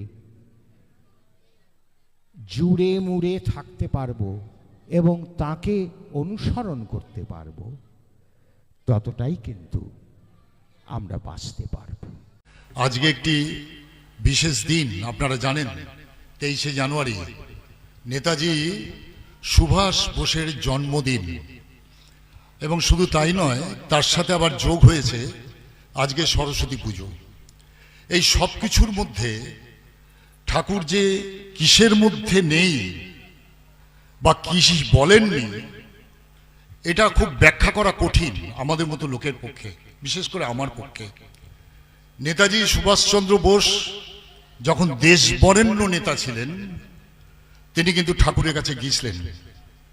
ঠাকুরের সাথে তার দেশ গঠনের অনেক কথা তার হয়েছিল। সেই কথা হলে কি হবে, খুব দুঃখের সঙ্গে বলছি, কেউ আমাকে আমার উপর রাগ করবেন না, ভুল বুঝবেন না, হলে কি হবে, ঠাকুর যেগুলো বলেছেন তার রাজনীতির মধ্যে তার কোনো ছাপ ছিল না। ঠাকুর যে ভারতবর্ষের আশু উন্নতির জন্য কি করা দরকার, ঠাকুর কিন্তু এটা সম্পূর্ণ আলোচনা করেছিলেন। শুধু নেতাজি সুভাষ বোস নয়, মহাত্মা গান্ধীর সাথে আলোচনা করেছিলেন, শ্যামাপ্রসাদ মুখোপাধ্যায়ের সাথে আলোচনা করেছিলেন, ব্যারিস্টার নির্মল চন্দ্র চট্টোপাধ্যায়ের সাথে আলোচনা করেছিলেন, মানে জনসংঘের নেতা, কংগ্রেসের নেতা, সবার সাথে আলোচনা করেছিলেন। খুব দুঃখে লাগে, কষ্ট লাগে, এরা দেশ বরেণ্য নেতা, কিন্তু ঠাকুরের কথা এরা কেউই ভারতবর্ষের মাটিতে বাস্তবে রূপদান করেননি। কিন্তু একজন দেশ বরেণ্য নেতা ছিলেন, যিনি দেশবন্ধু চিত্তরঞ্জন দাস। তিনি ঠাকুরের এই কথাগুলো বুঝেছিলেন। তিনিও ভেবেছিলেন যে ভারতবর্ষের বুকে এটাই কাম্য, শুরু করেছিলেন, কিন্তু নিয়তি তাকে সে সুযোগটা দিল না, তিনি চলে গেলেন। ঠাকুর চেষ্টা করেছিলেন তাকে দীর্ঘদিন বাঁচিয়ে রাখার জন্যে, সেটাও পারেননি। সে নিয়তি বলুন বা তার পরিবার বলুন, যাই বলুন, ঠাকুরের সেই চেষ্টা ঠাকুর করতেই পারেননি। ঠাকুর বলেছিলেন উনাকে নিয়ে যাবেন না, রেখে দিন, আমি উনার স্বাস্থ্যের উন্নতির ব্যবস্থা করে দেব, কিন্তু পরিবার ডিপেন্ড করতে পারেনি। কাজেই এই কথাগুলো বলে আমি ভারাক্রান্ত করতে চাই না। আজকে মনে করুন সরস্বতী পুজো, আমরা যখন আসছিলাম, আমি প্রভাতদা, প্রীতিদা, দেখছিলাম প্রচুর রাস্তায় ভিড়, আর সব বাচ্চা বাচ্চা মেয়েরা হলদে কাপড় পরেছে, এত ভালো লাগে দেখতে। প্রভাতদাকে বলছিলাম, পদ আমার এত দেখতে ভালো লাগে। এই সরস্বতী পুজোর দিন এত মেয়ে হলদে কাপড় পরে যাচ্ছে, খুব দেখতে ভালো লাগে। সরস্বতী পুজো, সরস্বতী পুজোকে বলা হয় বিদ্যার দেবী, কিন্তু দেখা যাচ্ছে সরস্বতী পুজো করেও অনেক ছেলে মেয়ে বই দিয়ে আসছে। সরস্বতী ঠাকুরের কাছে বই দেয়, বই দিয়েও দেখে অনেকে ফেল করে যাচ্ছে, অনেকে সেই বিদ্যার অধিকারী হতে পারছে না। কেন কেন পারছে না? প্রশ্নটা হচ্ছে কেন পারছে না? আমাদের দেশে দেব দেবতার অভাব নেই, কিন্তু দেব দেবতার অভাব নেই। আজকে সরস্বতী পুজো আছে, এরপর এখন এই সরস্বতী পুজোটাই লাস্ট, তারপরে আবার পুজোর মরশুম শেষ হয়ে গেল, আবার চলবে পরে। সেই মনসা পুজো থেকে, বিশ্বকর্মা পুজো থেকে, শীতলা পুজো থেকে, বিশ্বকর্মা পুজো থেকে, দুর্গা পুজো থেকে, লক্ষ্মী, কালী, কার্তিক, গণেশ সব চলবে।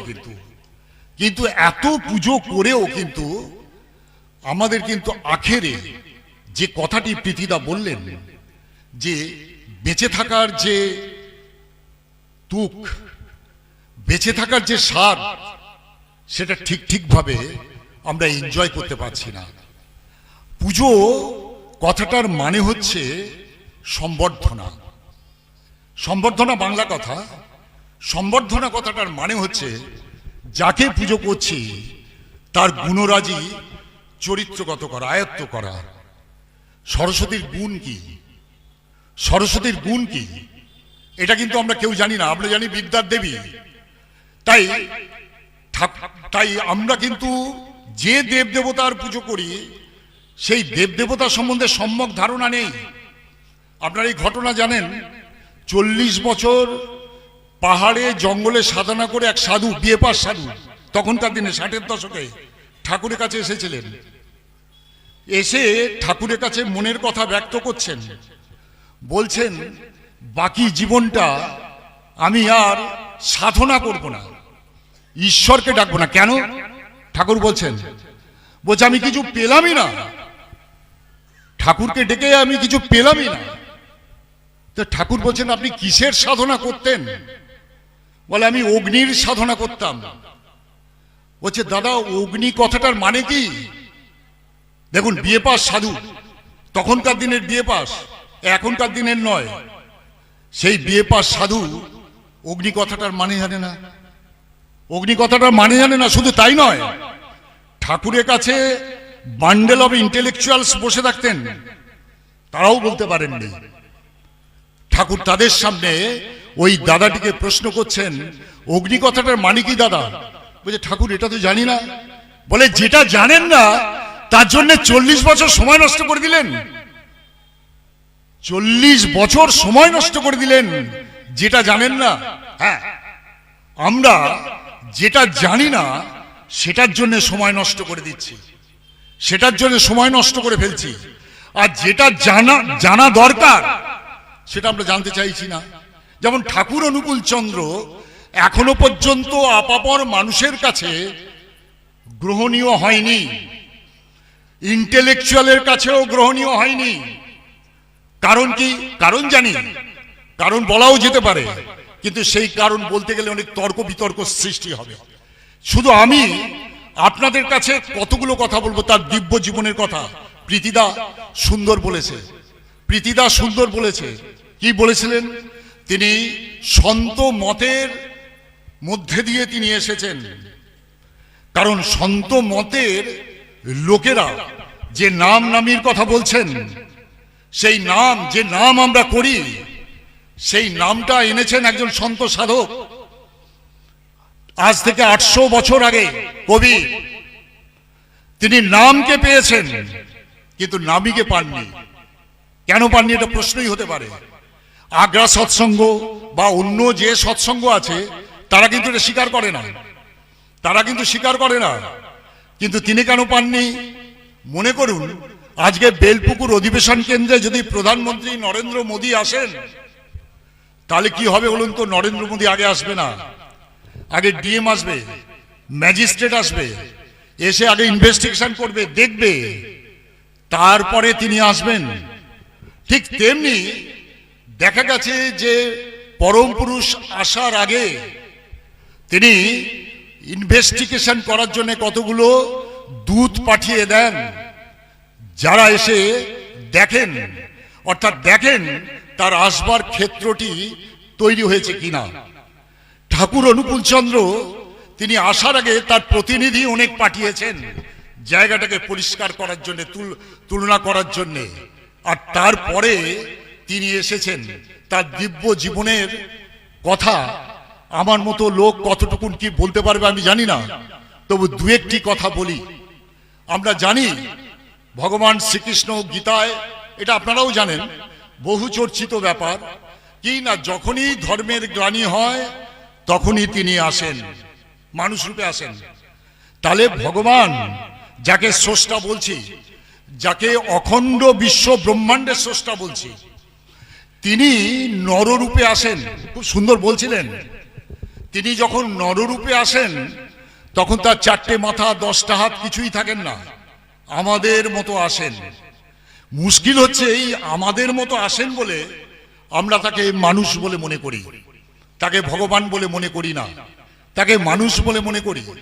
তাই ভগবান শ্রীকৃষ্ণ অর্জুনকে যুদ্ধক্ষেত্রে খুব আক্ষেপ করে বলেছিলেন, অবজানন্তি মাং মুড়া মানুষী তনুমাশ্রিতম পরম ভাব জানন্ত মমভূত মহেশ্বরম। জানো অর্জুন, মানুষ রূপে আসি বলে মানুষ আমাকে মানুষ ভাবে, ভগবান ভাবে না। কারণ আমার একটি পরম ভাব আছে, এই পরম ভাবটি মানুষ ধরতে পারে না, কারণ মানুষের চামড়ার চোখে সেই পরম ভাবটি নেই। কারণ কি না, মানুষ সেই পরমেশ্বরের সাথে যুক্ত নয় বলেই মানুষের সূক্ষ্ম দৃষ্টি হয় না, পরম ভাবটা তার মধ্যে আসে না, সে দেখতে পায় না। সেই জন্য যুগে যুগে ভগবান কিন্তু আমাদের দ্বারা লাঞ্ছিত, কলুষিত হন। ঠাকুর সম্বন্ধে এখনো অনেক কথা আছে, অনেক নিন্দে আছে, এখনো পর্যন্ত আছে। খুব দুর্ভাগ্য তাদের। পরম পিতার কাছে তাদের সুমতির জন্য প্রার্থনা করি, কারণ তিনি তাদেরও ভগবান। এই তার পরম ভাবটি যদি না জানতে পারেন খুব মুশকিল। তিনি তাদেরও ভগবান। তার কাছে আমরা যারা দীক্ষা নিয়েছি, তা আমাদের কাছে যেমন তিনি ভগবান, তেমনি যারা দীক্ষা নেয়নি তাদের কাছেও তিনি ভগবান, ঠিক তেমনি ভাবে ভগবান। এবার আপনি আমাকে প্রমাণ চাইতে পারেন, প্রমাণ দিন, প্রমাণ চাইতে পারেন। হ্যাঁ, আমি এমন একজন ভগবান বা গুরুকে ধরেছি যাকে আমরা একসাথ ধারে আচার্য বলি, যাকে এক ধারে পুরুষোত্তম বলি, যাকে এক ধারে বিশ্ব ব্রহ্মাণ্ডের স্রষ্টা বলি, সবকিছুই বলি। কারণ কি জানেন তো, এই যুগে তিনি এসে আমাদের যত অধরা ছিল সব ধরিয়ে দিয়ে গেছেন, সব ধরিয়ে দিয়ে গেছেন। সময় খুব কম, 4:50 প্রার্থনা, আমার পরে প্রভাতদা আছে, আমি কথা সংক্ষেপ করে যাই, সংক্ষেপ করে করে কথা বলি। ঠিক ভগবান তিনি ধরিয়ে দিয়ে গেছেন। আপনাদের ধরিয়ে দিলে, প্রমাণ দিলে আপনারা বুঝতে পারবেন। ভগবান ঠাকুর তখন পাবনা আশ্রমে আছেন। পাবনা আশ্রমে আপনারা জানেন, আমাদের প্রীতিদা কিছু কিছু কথা বলেছেন। পাবনা আশ্রমে বাজিতপুর ঘাটটা একটু দূরে। তখন পাবনা আশ্রমে যাওয়ার রাস্তা কিন্তু খুব কঠিন। এখন যতটা সোজা হয়েছে তখন ততটা নয়।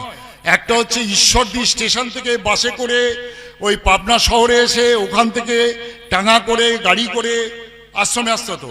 সে তুলনায় স্টিমার ঘাটটা পদ্মার পাড়ে খুব কাছে ছিল, পদ্মার পাড়ে খুব কাছে ছিল। সেই জন্য বেশিরভাগ লোক ওই স্টিমার যাত্রা করে আসতেন, পদ্মা যাত্রা করে আসতেন।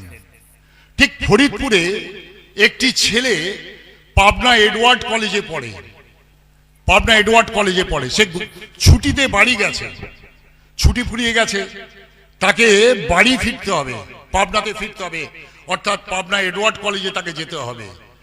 সে ফরিদপুর থেকে নৌকোয় উঠেছে, নৌকোয় উঠে ভাবছে, এই নৌকোয় বলছি স্টিমারে উঠেছে, স্টিমারে যে উঠবে তার আগে ভাবছে যে এই স্টিমারটা তো যাবে মধ্যরাত্রে, 1টা 2টোর সময় বাজিতপুর ঘাটে যাবে।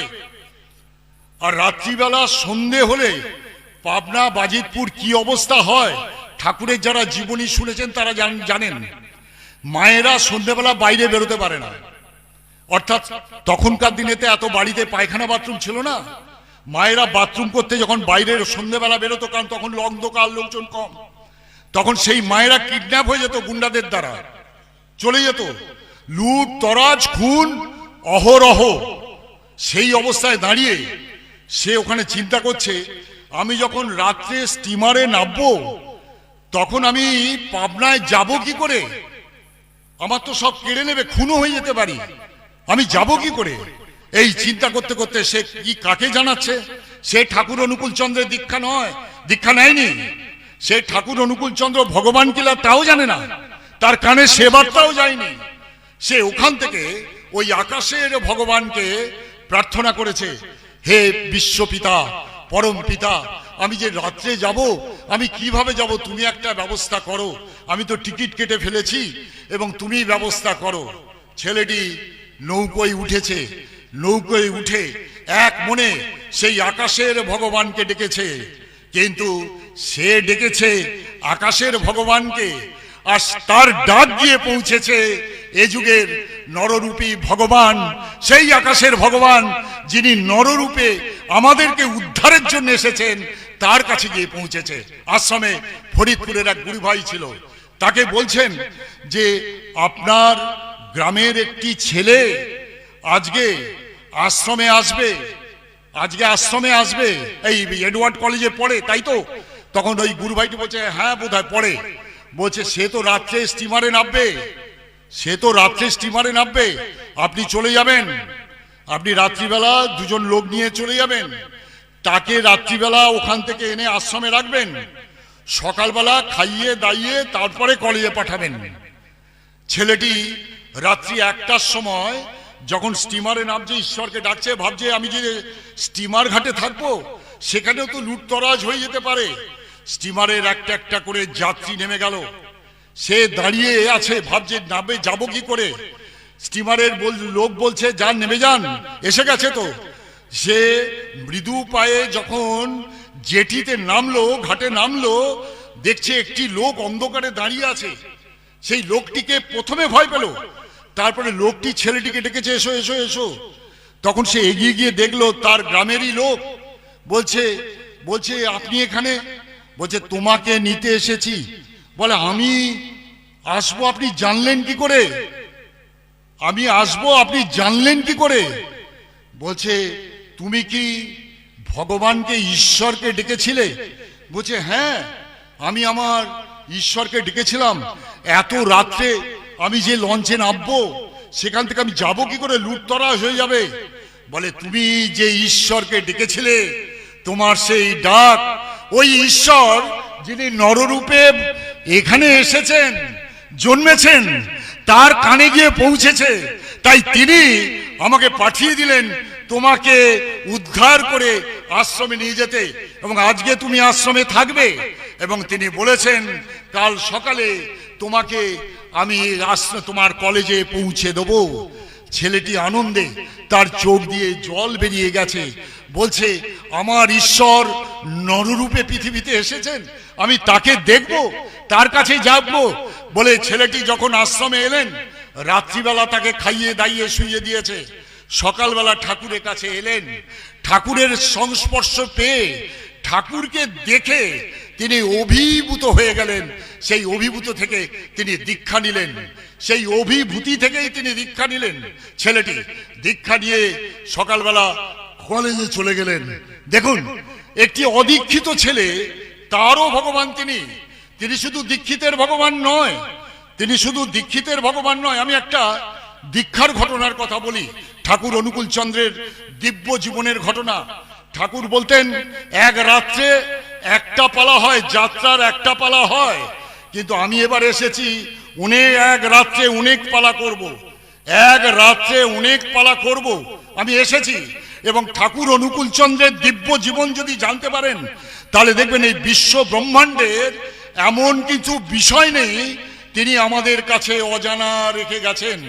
আমি একটি অজানা ঘটনা দিয়ে শুরু করি, বেশি বলতে গেলে আর সময় হবে না, সে কথাগুলো আর বলছি না। আরেকটি অদীক্ষিত মানুষের কথা বলি, যে যাকে ঠাকুর, যিনি ঠাকুরের সংস্পর্শে এসেছিলেন, সেই আপনারা জানেন সৎসঙ্গ ইতিহাসে একটি কলঙ্কজনক ইতিহাস আছে। আমি সেই সৎসঙ্গের কলঙ্কের কথা বলবো। আপনারা অবাক হচ্ছেন, তুমি সৎসঙ্গী হয়ে সৎসঙ্গের কলঙ্কের কথা বলবো? হ্যাঁ, আমি সেই সৎসঙ্গের কলঙ্কের কথা বলবো। আপনারা সকলে জানেন, যারা পুরনো মানুষ তারা তো জানেন, প্রীতিদা জানেন, বিলাসদাও জানেন, যজ্ঞেশ্বর ঝা বলে আনন্দবাজারের একজন কর্মী ছিলেন। তিনি খুন হয়ে যান আশ্রমে, এবং আশ্রমে যখন খুন হলেন তখন লোকাল লোক অর্থাৎ সমবেতভাবে জনগণ যারা ছিল তারা আশ্রমের এগেনস্টে মামলা করলো।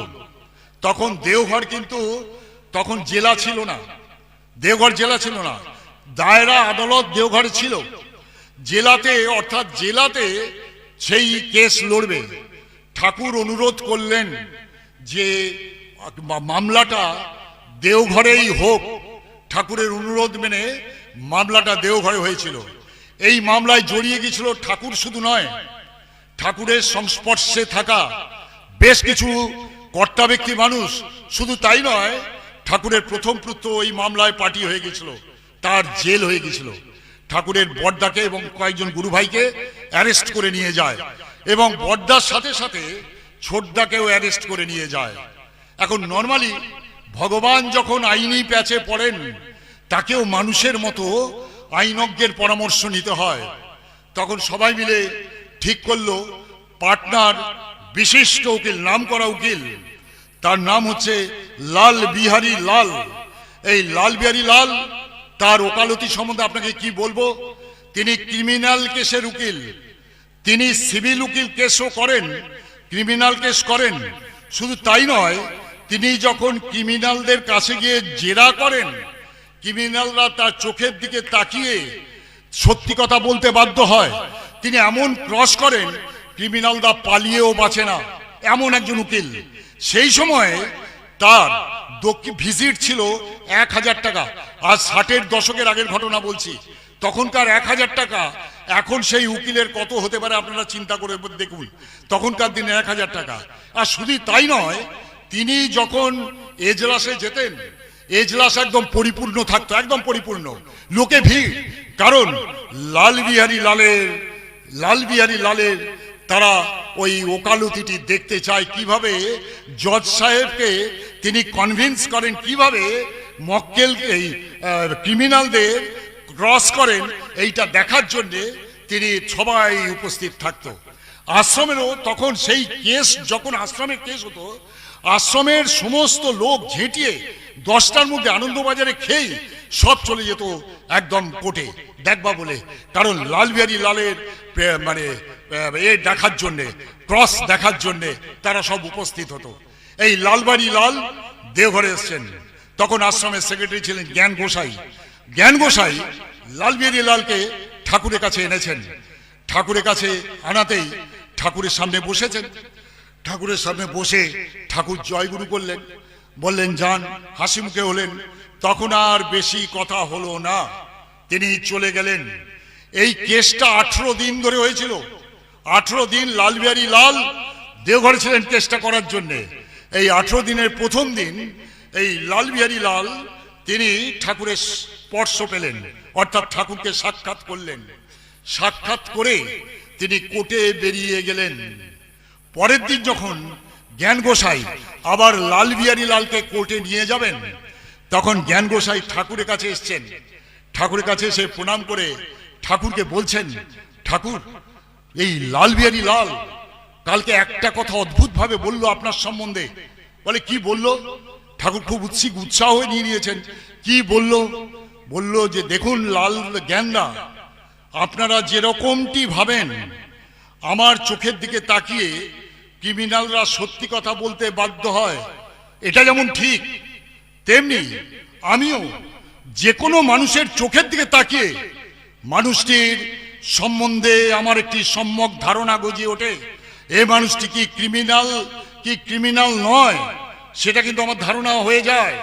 সেই জন্য আমি যে ক্রিমিনাল তাকে সেই মতো যুক্তি দেখাই। এটা কিন্তু আমার অন্তর্নিহিত একটা বিশেষ গুণ বলতে পারেন বা দোষ বলতে পারেন। একটা মানুষের চোখের দিকে তাকালে আমি বুঝতে পেরে যাই সেই মানুষটা কিরকম। জ্ঞান গোসাই বলছেন ঠাকুরকে, ঠিক তেমনি আপনাদের ঠাকুরকে দেখলাম, ঠাকুরকে দেখে ঠাকুরের চোখের দিকে তাকিয়ে বুঝলেন জ্ঞানদা, এই চোখের দিকে তাকিয়ে আমার চোখ সরাতেই ইচ্ছে করছিল না। মনে হচ্ছে এই চোখের মধ্যে যদি হারিয়ে যেতে পারতাম তাহলে বড় ভালো হতো। যদিও ঠাকুর সম্বন্ধে শোনা যায় তিনি চোখ দিয়ে মানুষকে হিপনোটাইজড করেন, কিন্তু বিশ্বাস করুন জ্ঞানদা, আমি অনেক ক্রিমিনাল থেকে সাধু সন্ন্যাসী সবার চোখকে দেখেছি, কিন্তু ঠাকুরের চোখ এত সরল, এত সাদা, যেখান থেকে এত সহজ, যেখান থেকে চোখ ফিরিয়ে নিতে ইচ্ছে করে না, মনে হয় ওখানে হারিয়ে যাই। এইরকম একটি চোখ আমার জীবনে আমি দুটি দেখিনি। আমার জীবনে এই প্রথম একজন মানুষকে দেখলাম যে মানুষটির চোখটি এত সহজ সরল, যেখানে হারিয়ে যাওয়া যায়। বললেন এক, ঠাকুর বলছেন দু নম্বর কথা কি বললেন? বললে দু নম্বর কথা বললেন ঠাকুর হচ্ছে ডবল পার্সোনালিটি। বলে ডবল পার্সোনালিটি মানে? বলছে একটা জায়গায় ঠাকুরকে দেখে মনে হয় তিনি আমাদের মতো খাচ্ছেন, দাচ্ছেন, খোঁজ খবর নিচ্ছেন, বলছেন, সবকিছু ঠিক করছেন, কিন্তু আর একটা জায়গায় মনে হচ্ছে যেন কত মায়া তার আমাদের প্রতি, কত তার কষ্ট, কত তার দুঃখ, এটা যেন বুঝতে পারছি। কিন্তু আর একটা জায়গায় তো দেখে মনে হচ্ছে তিনি এসবের ধরা ছোঁয়ার বাইরে, তিনি এসবের মধ্যে ধরা ছোঁয়ার বাইরে। তাকে এসব দিয়ে ধরা যায় না, তাকে কিভাবে ধরা যায় আমি সেটা বুঝবার চেষ্টা করছি, খুঁজবার চেষ্টা করছি। এই মানুষটি কিন্তু যে সে মানুষ নয় জ্ঞানদা, এই মানুষটি কিন্তু যে সে মানুষ নয়। ঠাকুর শুনে মিচকি হাসলেন, হেসে বললেন আমার সম্বন্ধে কত কথা কত লোকে কয়, সব কথা কি কানে দিতে আছে? আমার সম্বন্ধে কত কথা কত লোকে কয়, সব কথা কানে দিতে নেই। সহজ মানুষ তিনি, অতীব সহজ মানুষ। এই সহজ মানুষ নররূপে করেন ধৃতিবৃষ্টি, তিনি নররূপে আমাদের মধ্যে ধারণ ক্ষমতাটার বর্ষা করে দিয়ে গেছেন, যাতে আমরা নিজেদের বাঁচিয়ে বাড়িয়ে চলতে পারি। এই জন্যেই তার আশা। সেই রামচন্দ্র থেকে ঠাকুর অনুকূল চন্দ্র পর্যন্ত তারা প্রত্যেকেই এসেছেন শুধুমাত্র আমাদের বাঁচাবার জন্যে। এইবার এই লাল বিহারী লাল তিনি 18 দিন ধরে মামলা লড়লেন। মামলা লড়ে সৎসঙ্গকে বেকসুর খালাস করে দিলেন। বড়দা বেকসুর খালাস হয়ে গেল, ছোটদা বেকসুর খালাস হয়ে গেল, তিনি চলে এলেন। হিসেব মতো তখনকার দিনে 1000 টাকা করে 18 দিনের 18,000 টাকা তার ফিস হয়। এই ফিসটি যখন জ্ঞানদা দিতে গেলেন তিনি বললেন আমি এই ফিস নেব না, কারণ আমি এমন একটা মানুষকে দেখলাম যেই মানুষটিকে আমি এই জন্মে কেন কোন জন্মে আর চাক্ষুষ করতে পারবো কিনা, এই চামড়ার চোখ দিয়ে দেখতে পারবো কিনা, এইটাই আমার সৌভাগ্যের ব্যাপার যে আমি তাকে দেখতে পেয়েছি। আমি কোনো ফিস নেব না, আমি চাই তাঁর আশীর্বাদ। শেষে ঠাকুরকে জ্ঞানদা বলছেন উনি কিছুতেই ফিস নেবেন না, উনি চাইছেন আশীর্বাদ। ঠাকুর বলছেন আশীর্বাদ কথাটার মানে তো জানেন দাদা? বলছে কি ঠাকুর? আশীর্বাদ মানে অনুশাসনবাদ। যার আপনি আশীর্বাদ দিচ্ছেন তার অনুশাসনটা তো মেনে চলবেন। বলে বলুন, বলে আপনি ফিসটা নিন। বলে ঠিক আছে আমি 1000 টাকা নেবো, বাকি টাকা নেবো না। বলে তাই আপনি নিন। এই 1000 টাকা নিলেন, নিয়ে লাল বিহারী লাল বসে আছেন। ঠাকুর হঠাৎ, ঠাকুর সাধারণত মানুষকে যেচে আক্কেল দেন না। ঠাকুর বলছেন জানিস ব্রাহ্মণ কোনোদিন যেচে আক্কেল দেয় না। ঠাকুরের এই একটা নিয়ম আছে, তিনি যেচে কাউকে জ্ঞান দেন না। ঠাকুর হঠাৎ ওই লাল বিহারী লালকে জিজ্ঞেস করছেন, আচ্ছা দাদা মিট কথাটার মানে জানেন? বলে মিট মানে তো মাংস। বলে না, আমি রুট মিনিং চাইছি। সবাই অবাক, লাল বিহারী লালকে মাংসের কথা তুললেন কেন? অবাক কাণ্ড, সৎসঙ্গে মাংসের কথা হচ্ছে কেন? বলে মিট কথাটার মানে জানেন? লাল বিহারী লাল বলছে না ঠাকুর, মিট কথাটার মানে জানি না।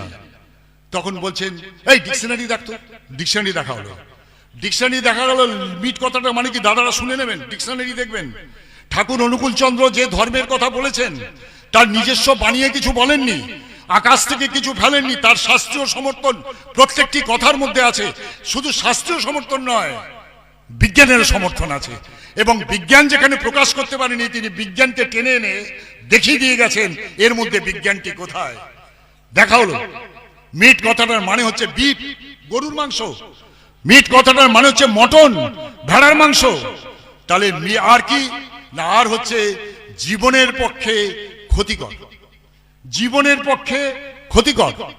মিট কথাটার মানে হচ্ছে, তাহলে পরিষ্কার হয়ে গেল গরুর মাংস, ভেড়ার মাংস জীবনের পক্ষে ক্ষতিকর। লালবিহারী লাল অবাক হয়ে গেছেন, বলছে ঠাকুর এই মিট আমি খাই, মাংস আমি খাই, মাছ আমি খাই, কিন্তু মাছ মাংস সম্বন্ধে অনেক কথাও শুনেছি, কিন্তু এত সহজ বৈজ্ঞানিকভাবে অভিধানগতভাবে এই ব্যাখ্যা আমি আজ আপনার কাছে শুনলাম। এ অদ্ভুত, আমার কাছে অদ্ভুত। দেখুন, যেটা আমরা খাই, যেটা আমরা বলি, যেটা আমরা করি, কোনোটাই আমরা মানে জানি না। দেখবেন আপনারা নিশ্চয়ই একমত হবেন, কোনোটাই আমরা মানে জানি না।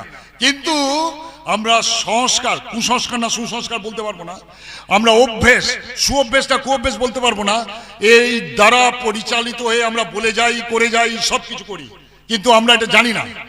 তো উনি বললেন আমরা মাছ খেয়ে যাচ্ছি, মাংস খেয়ে যাচ্ছি, কোনোদিন এই ব্যাখ্যা তো আমি জানি না। এটা তো আপনার কাছে বেশ নতুন লাগলো, এত সহজ, এত সুন্দর ব্যাখ্যা, খুব ভালো লাগলো। ঠাকুর সঙ্গে সঙ্গে বলছেন, আচ্ছা দাদা, তাহলে ভেজিটেবলস মানে কি, শাকসবজি মানে কি? বলে ভেজিটেবলস মানে শাকসবজি। বলছে আমি তা বলছি না, ওই একটু রুট মিনিংটা দেখুন, অভিধান দেখুন।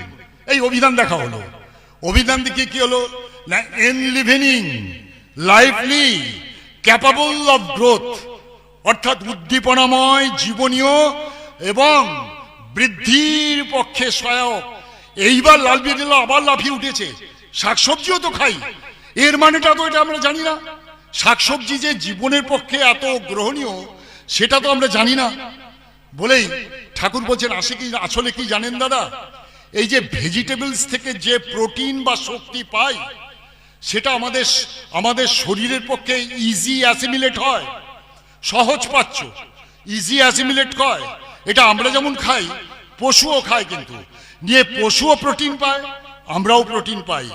কিন্তু পশুর মাংস যখন খাই, সেই পশুর যে মাংস, সেই মাংস কিন্তু আমাদের শরীরে ইজি অ্যাসিমিলেট হয় না, সহজ পাচ্য হয় না। কারণ প্রাণীজ কোষকে হজম করতে পারে না। তার জন্য তাদের মধ্যে একটা দ্বন্দ্ব সৃষ্টি হয়, পরস্পরের যুদ্ধ হয়, দ্বন্দ্ব হয়। দ্বন্দ্বের মধ্যে দিয়ে সেল ডিভিশনটা বেড়ে যায়, আর সেল ডিভিশন যখন বাড়ে, অ্যাবনর্মালি আপনার গ্রোথ হয় বটে, কিন্তু আপনার আয়ুটা কমে যায়, মস্তিষ্ক উত্তেজিত হয়, এবং তার ফলে অনেক দেখবেন সূক্ষ্ম চিন্তা ভাবনা আমাদের জীবনে কেটে যায়, আমরা নিতে পারি না। যেমন মাছ মাংসের কথা ছাড়ার কথা বলে অনেকে নিতে পারে না। তার কারণ কি না, মাছ মাংস খেয়ে তাদের মস্তিষ্ক এত এক্সাইটেড। বলে মাছ মাংস খেলে দেখবেন একটা প্রাণীকে হত্যা করতে হয়, হত্যা করার সময় সে প্রাণী তো মরতে চায় না, তার তার এক্সাইটমেন্ট এত সাংঘাতিক থাকে, যে তার বয়লিং পয়েন্টটা এত এক্সাইটমেন্ট এত থাকে, সে কিন্তু হজম হতে চায় না।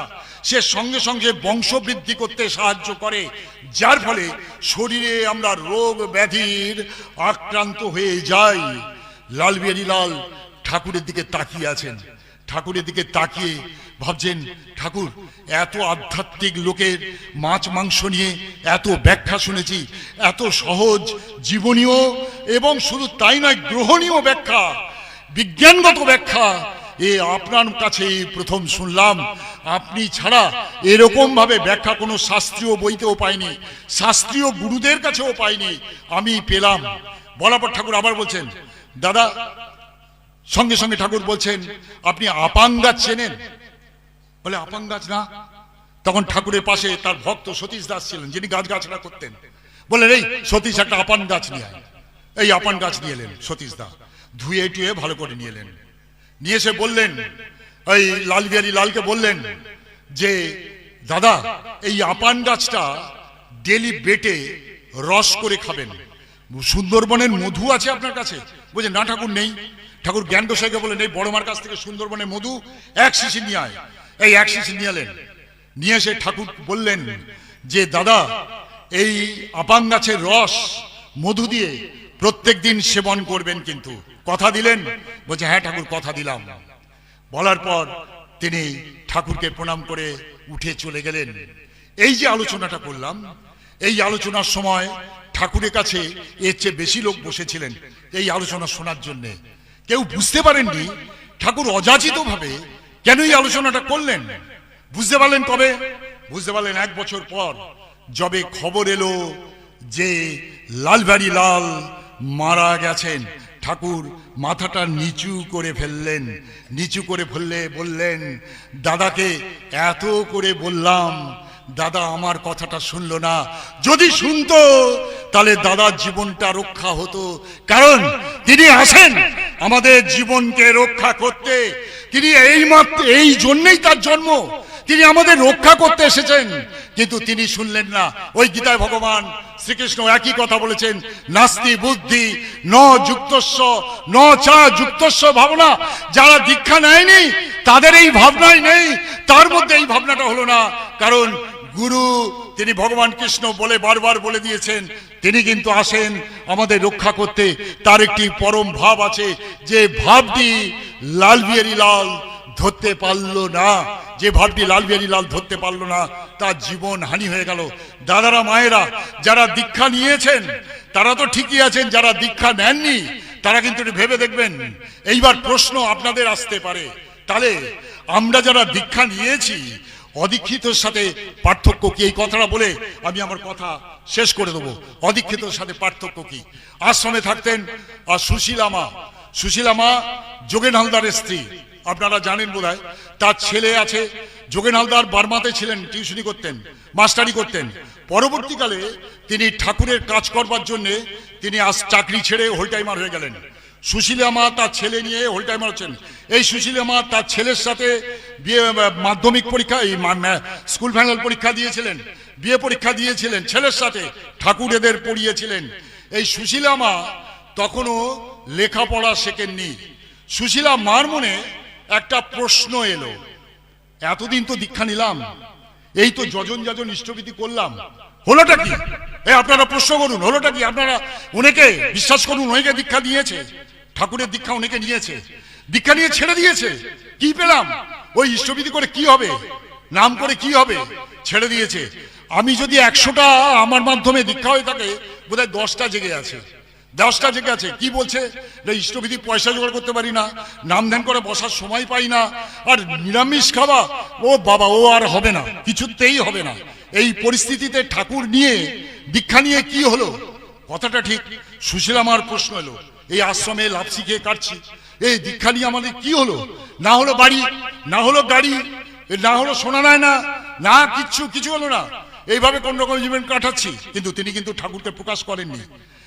আশ্রমের নিয়ম ছিল যে আশ্রমিকরা সকালবেলা ঠাকুর যখন আসবে ঠাকুরকে প্রণাম করতে যাবেন। সুশীলা মা সেদিন মনে খুব চিন্তা হয়েছিল, চিন্তা করে তিনি ঠাকুরকে প্রণাম করতে এসেছিলেন। প্রণাম করতে আসার পর মুখ চুলে হাঁটু গড়ে প্রণাম করে মুখটা যেই তুলেছেন, ঠাকুর বলছেন এই সুশীলা তোকে একটা প্রশ্ন করব। ঠাকুর বলছেন, এই সুশীলা মা বলছেন ঠাকুর আমাকে প্রশ্ন? আমি তো কিছু জানি না। বলে না তুই জানিস, তুই বলতে পারবি। বলে কি প্রশ্ন ঠাকুর? বলে তুই উত্তর দিবি কিন্তু। বলে হ্যাঁ দেবো। বলছে আচ্ছা তুই যে এতদিন দীক্ষা নিলি, এই তো যাজন ইষ্টভীতি করলি, তুই পেলি কি পেলি? তোকে কিন্তু এটা বলতে হবে। তখন সুশীলা মা তো আকাশ অথই জলে পড়েছে, কি উত্তর দেবে ঠাকুরকে বুঝতে পারছে না, উত্তর দেবে বুঝতে পারছে না। উত্তর বুঝতে না পেরে ঠাকুর বলছেন ঠিক আছে তোকে 3 দিন সময় দিলাম, 3 দিন সময় দিলাম, এই 3 দিনের মধ্যে সুশীলা তুই কিন্তু উত্তর দিবি। সুশীলা মা বলছে ঠিক আছে। সুশীলা মা ঘরে গেছে, নাম করছে আর ভাবছে সত্যি তো যাজন ইষ্টভীতি করে কি পেলাম, ঠাকুরের দীক্ষা নিয়ে কি পেলাম, ঠাকুরের সৎসঙ্গ করে কি পেলাম, ঠাকুরের কাছে থেকে আমি কি জ্ঞানার হলাম। এই রাত দিন এই চিন্তা করছে, ঠাকুরের কাছে থেকে আমি কি জ্ঞানার হলাম। তখন চিন্তা করতে করতে 2 দিন কেটে গেছে। 3 দিনের দিন রাত্রিবেলা তিনি একটা স্বপ্ন দেখলেন। স্বপ্নের মধ্যে সমাধান নেই, তিনি স্বপ্ন দেখলেন। স্বপ্ন দেখে তিনি সকালবেলা প্রণাম করতে যাবেন, ভাবছেন ঠাকুরকে উত্তরটা কি দেবো, আমি তো উত্তরটা কিছু পেলাম না, তা উত্তরটা কি দেবো। বলার পর তিনি ঠাকুরকে প্রণাম করে যেই মাথাটি তুলেছেন, ঠাকুর বলছে, সুশীলা 3 দিন সময় হয়ে গেছে, আজকে কিন্তু উত্তর দিতে হবে। সুশীলা আমার মা তখন স্বপ্নের কথা মনে পড়লো, যেটা স্বপ্ন দেখেছেন সেটাই বলে দিলেন। কি বললেন? ঠাকুর দীক্ষা নিয়েছি, আপনার কাছে আছি, রেগুলার যজন যাজন ইষ্টভীতি করছি, আপনার স্নেহ ছত্র ছায়ায় আছি, এর চেয়ে একটা মানুষের জীবনে আর কি প্রয়োজন হয় ঠাকুর? এই আপনার কাছে থাকা, সৎসঙ্গের মধ্যে আপনার স্নেহ পাওয়া, এর চেয়ে একটা মানুষের জীবনে আর কি চাওয়া হতে পারে? ঠাকুর সঙ্গে সঙ্গে লাফিয়ে বলেছেন, ঠিক বলেছিস সুশীলা, ঠিক বলেছিস সুশীলা, যারা যজন যাজন ইষ্টভীতি এবং সৎসঙ্গ করে তারা আমার আওতায় আসে, তারা আমার আওতায় আছে, তাদের আর কোনো চিন্তা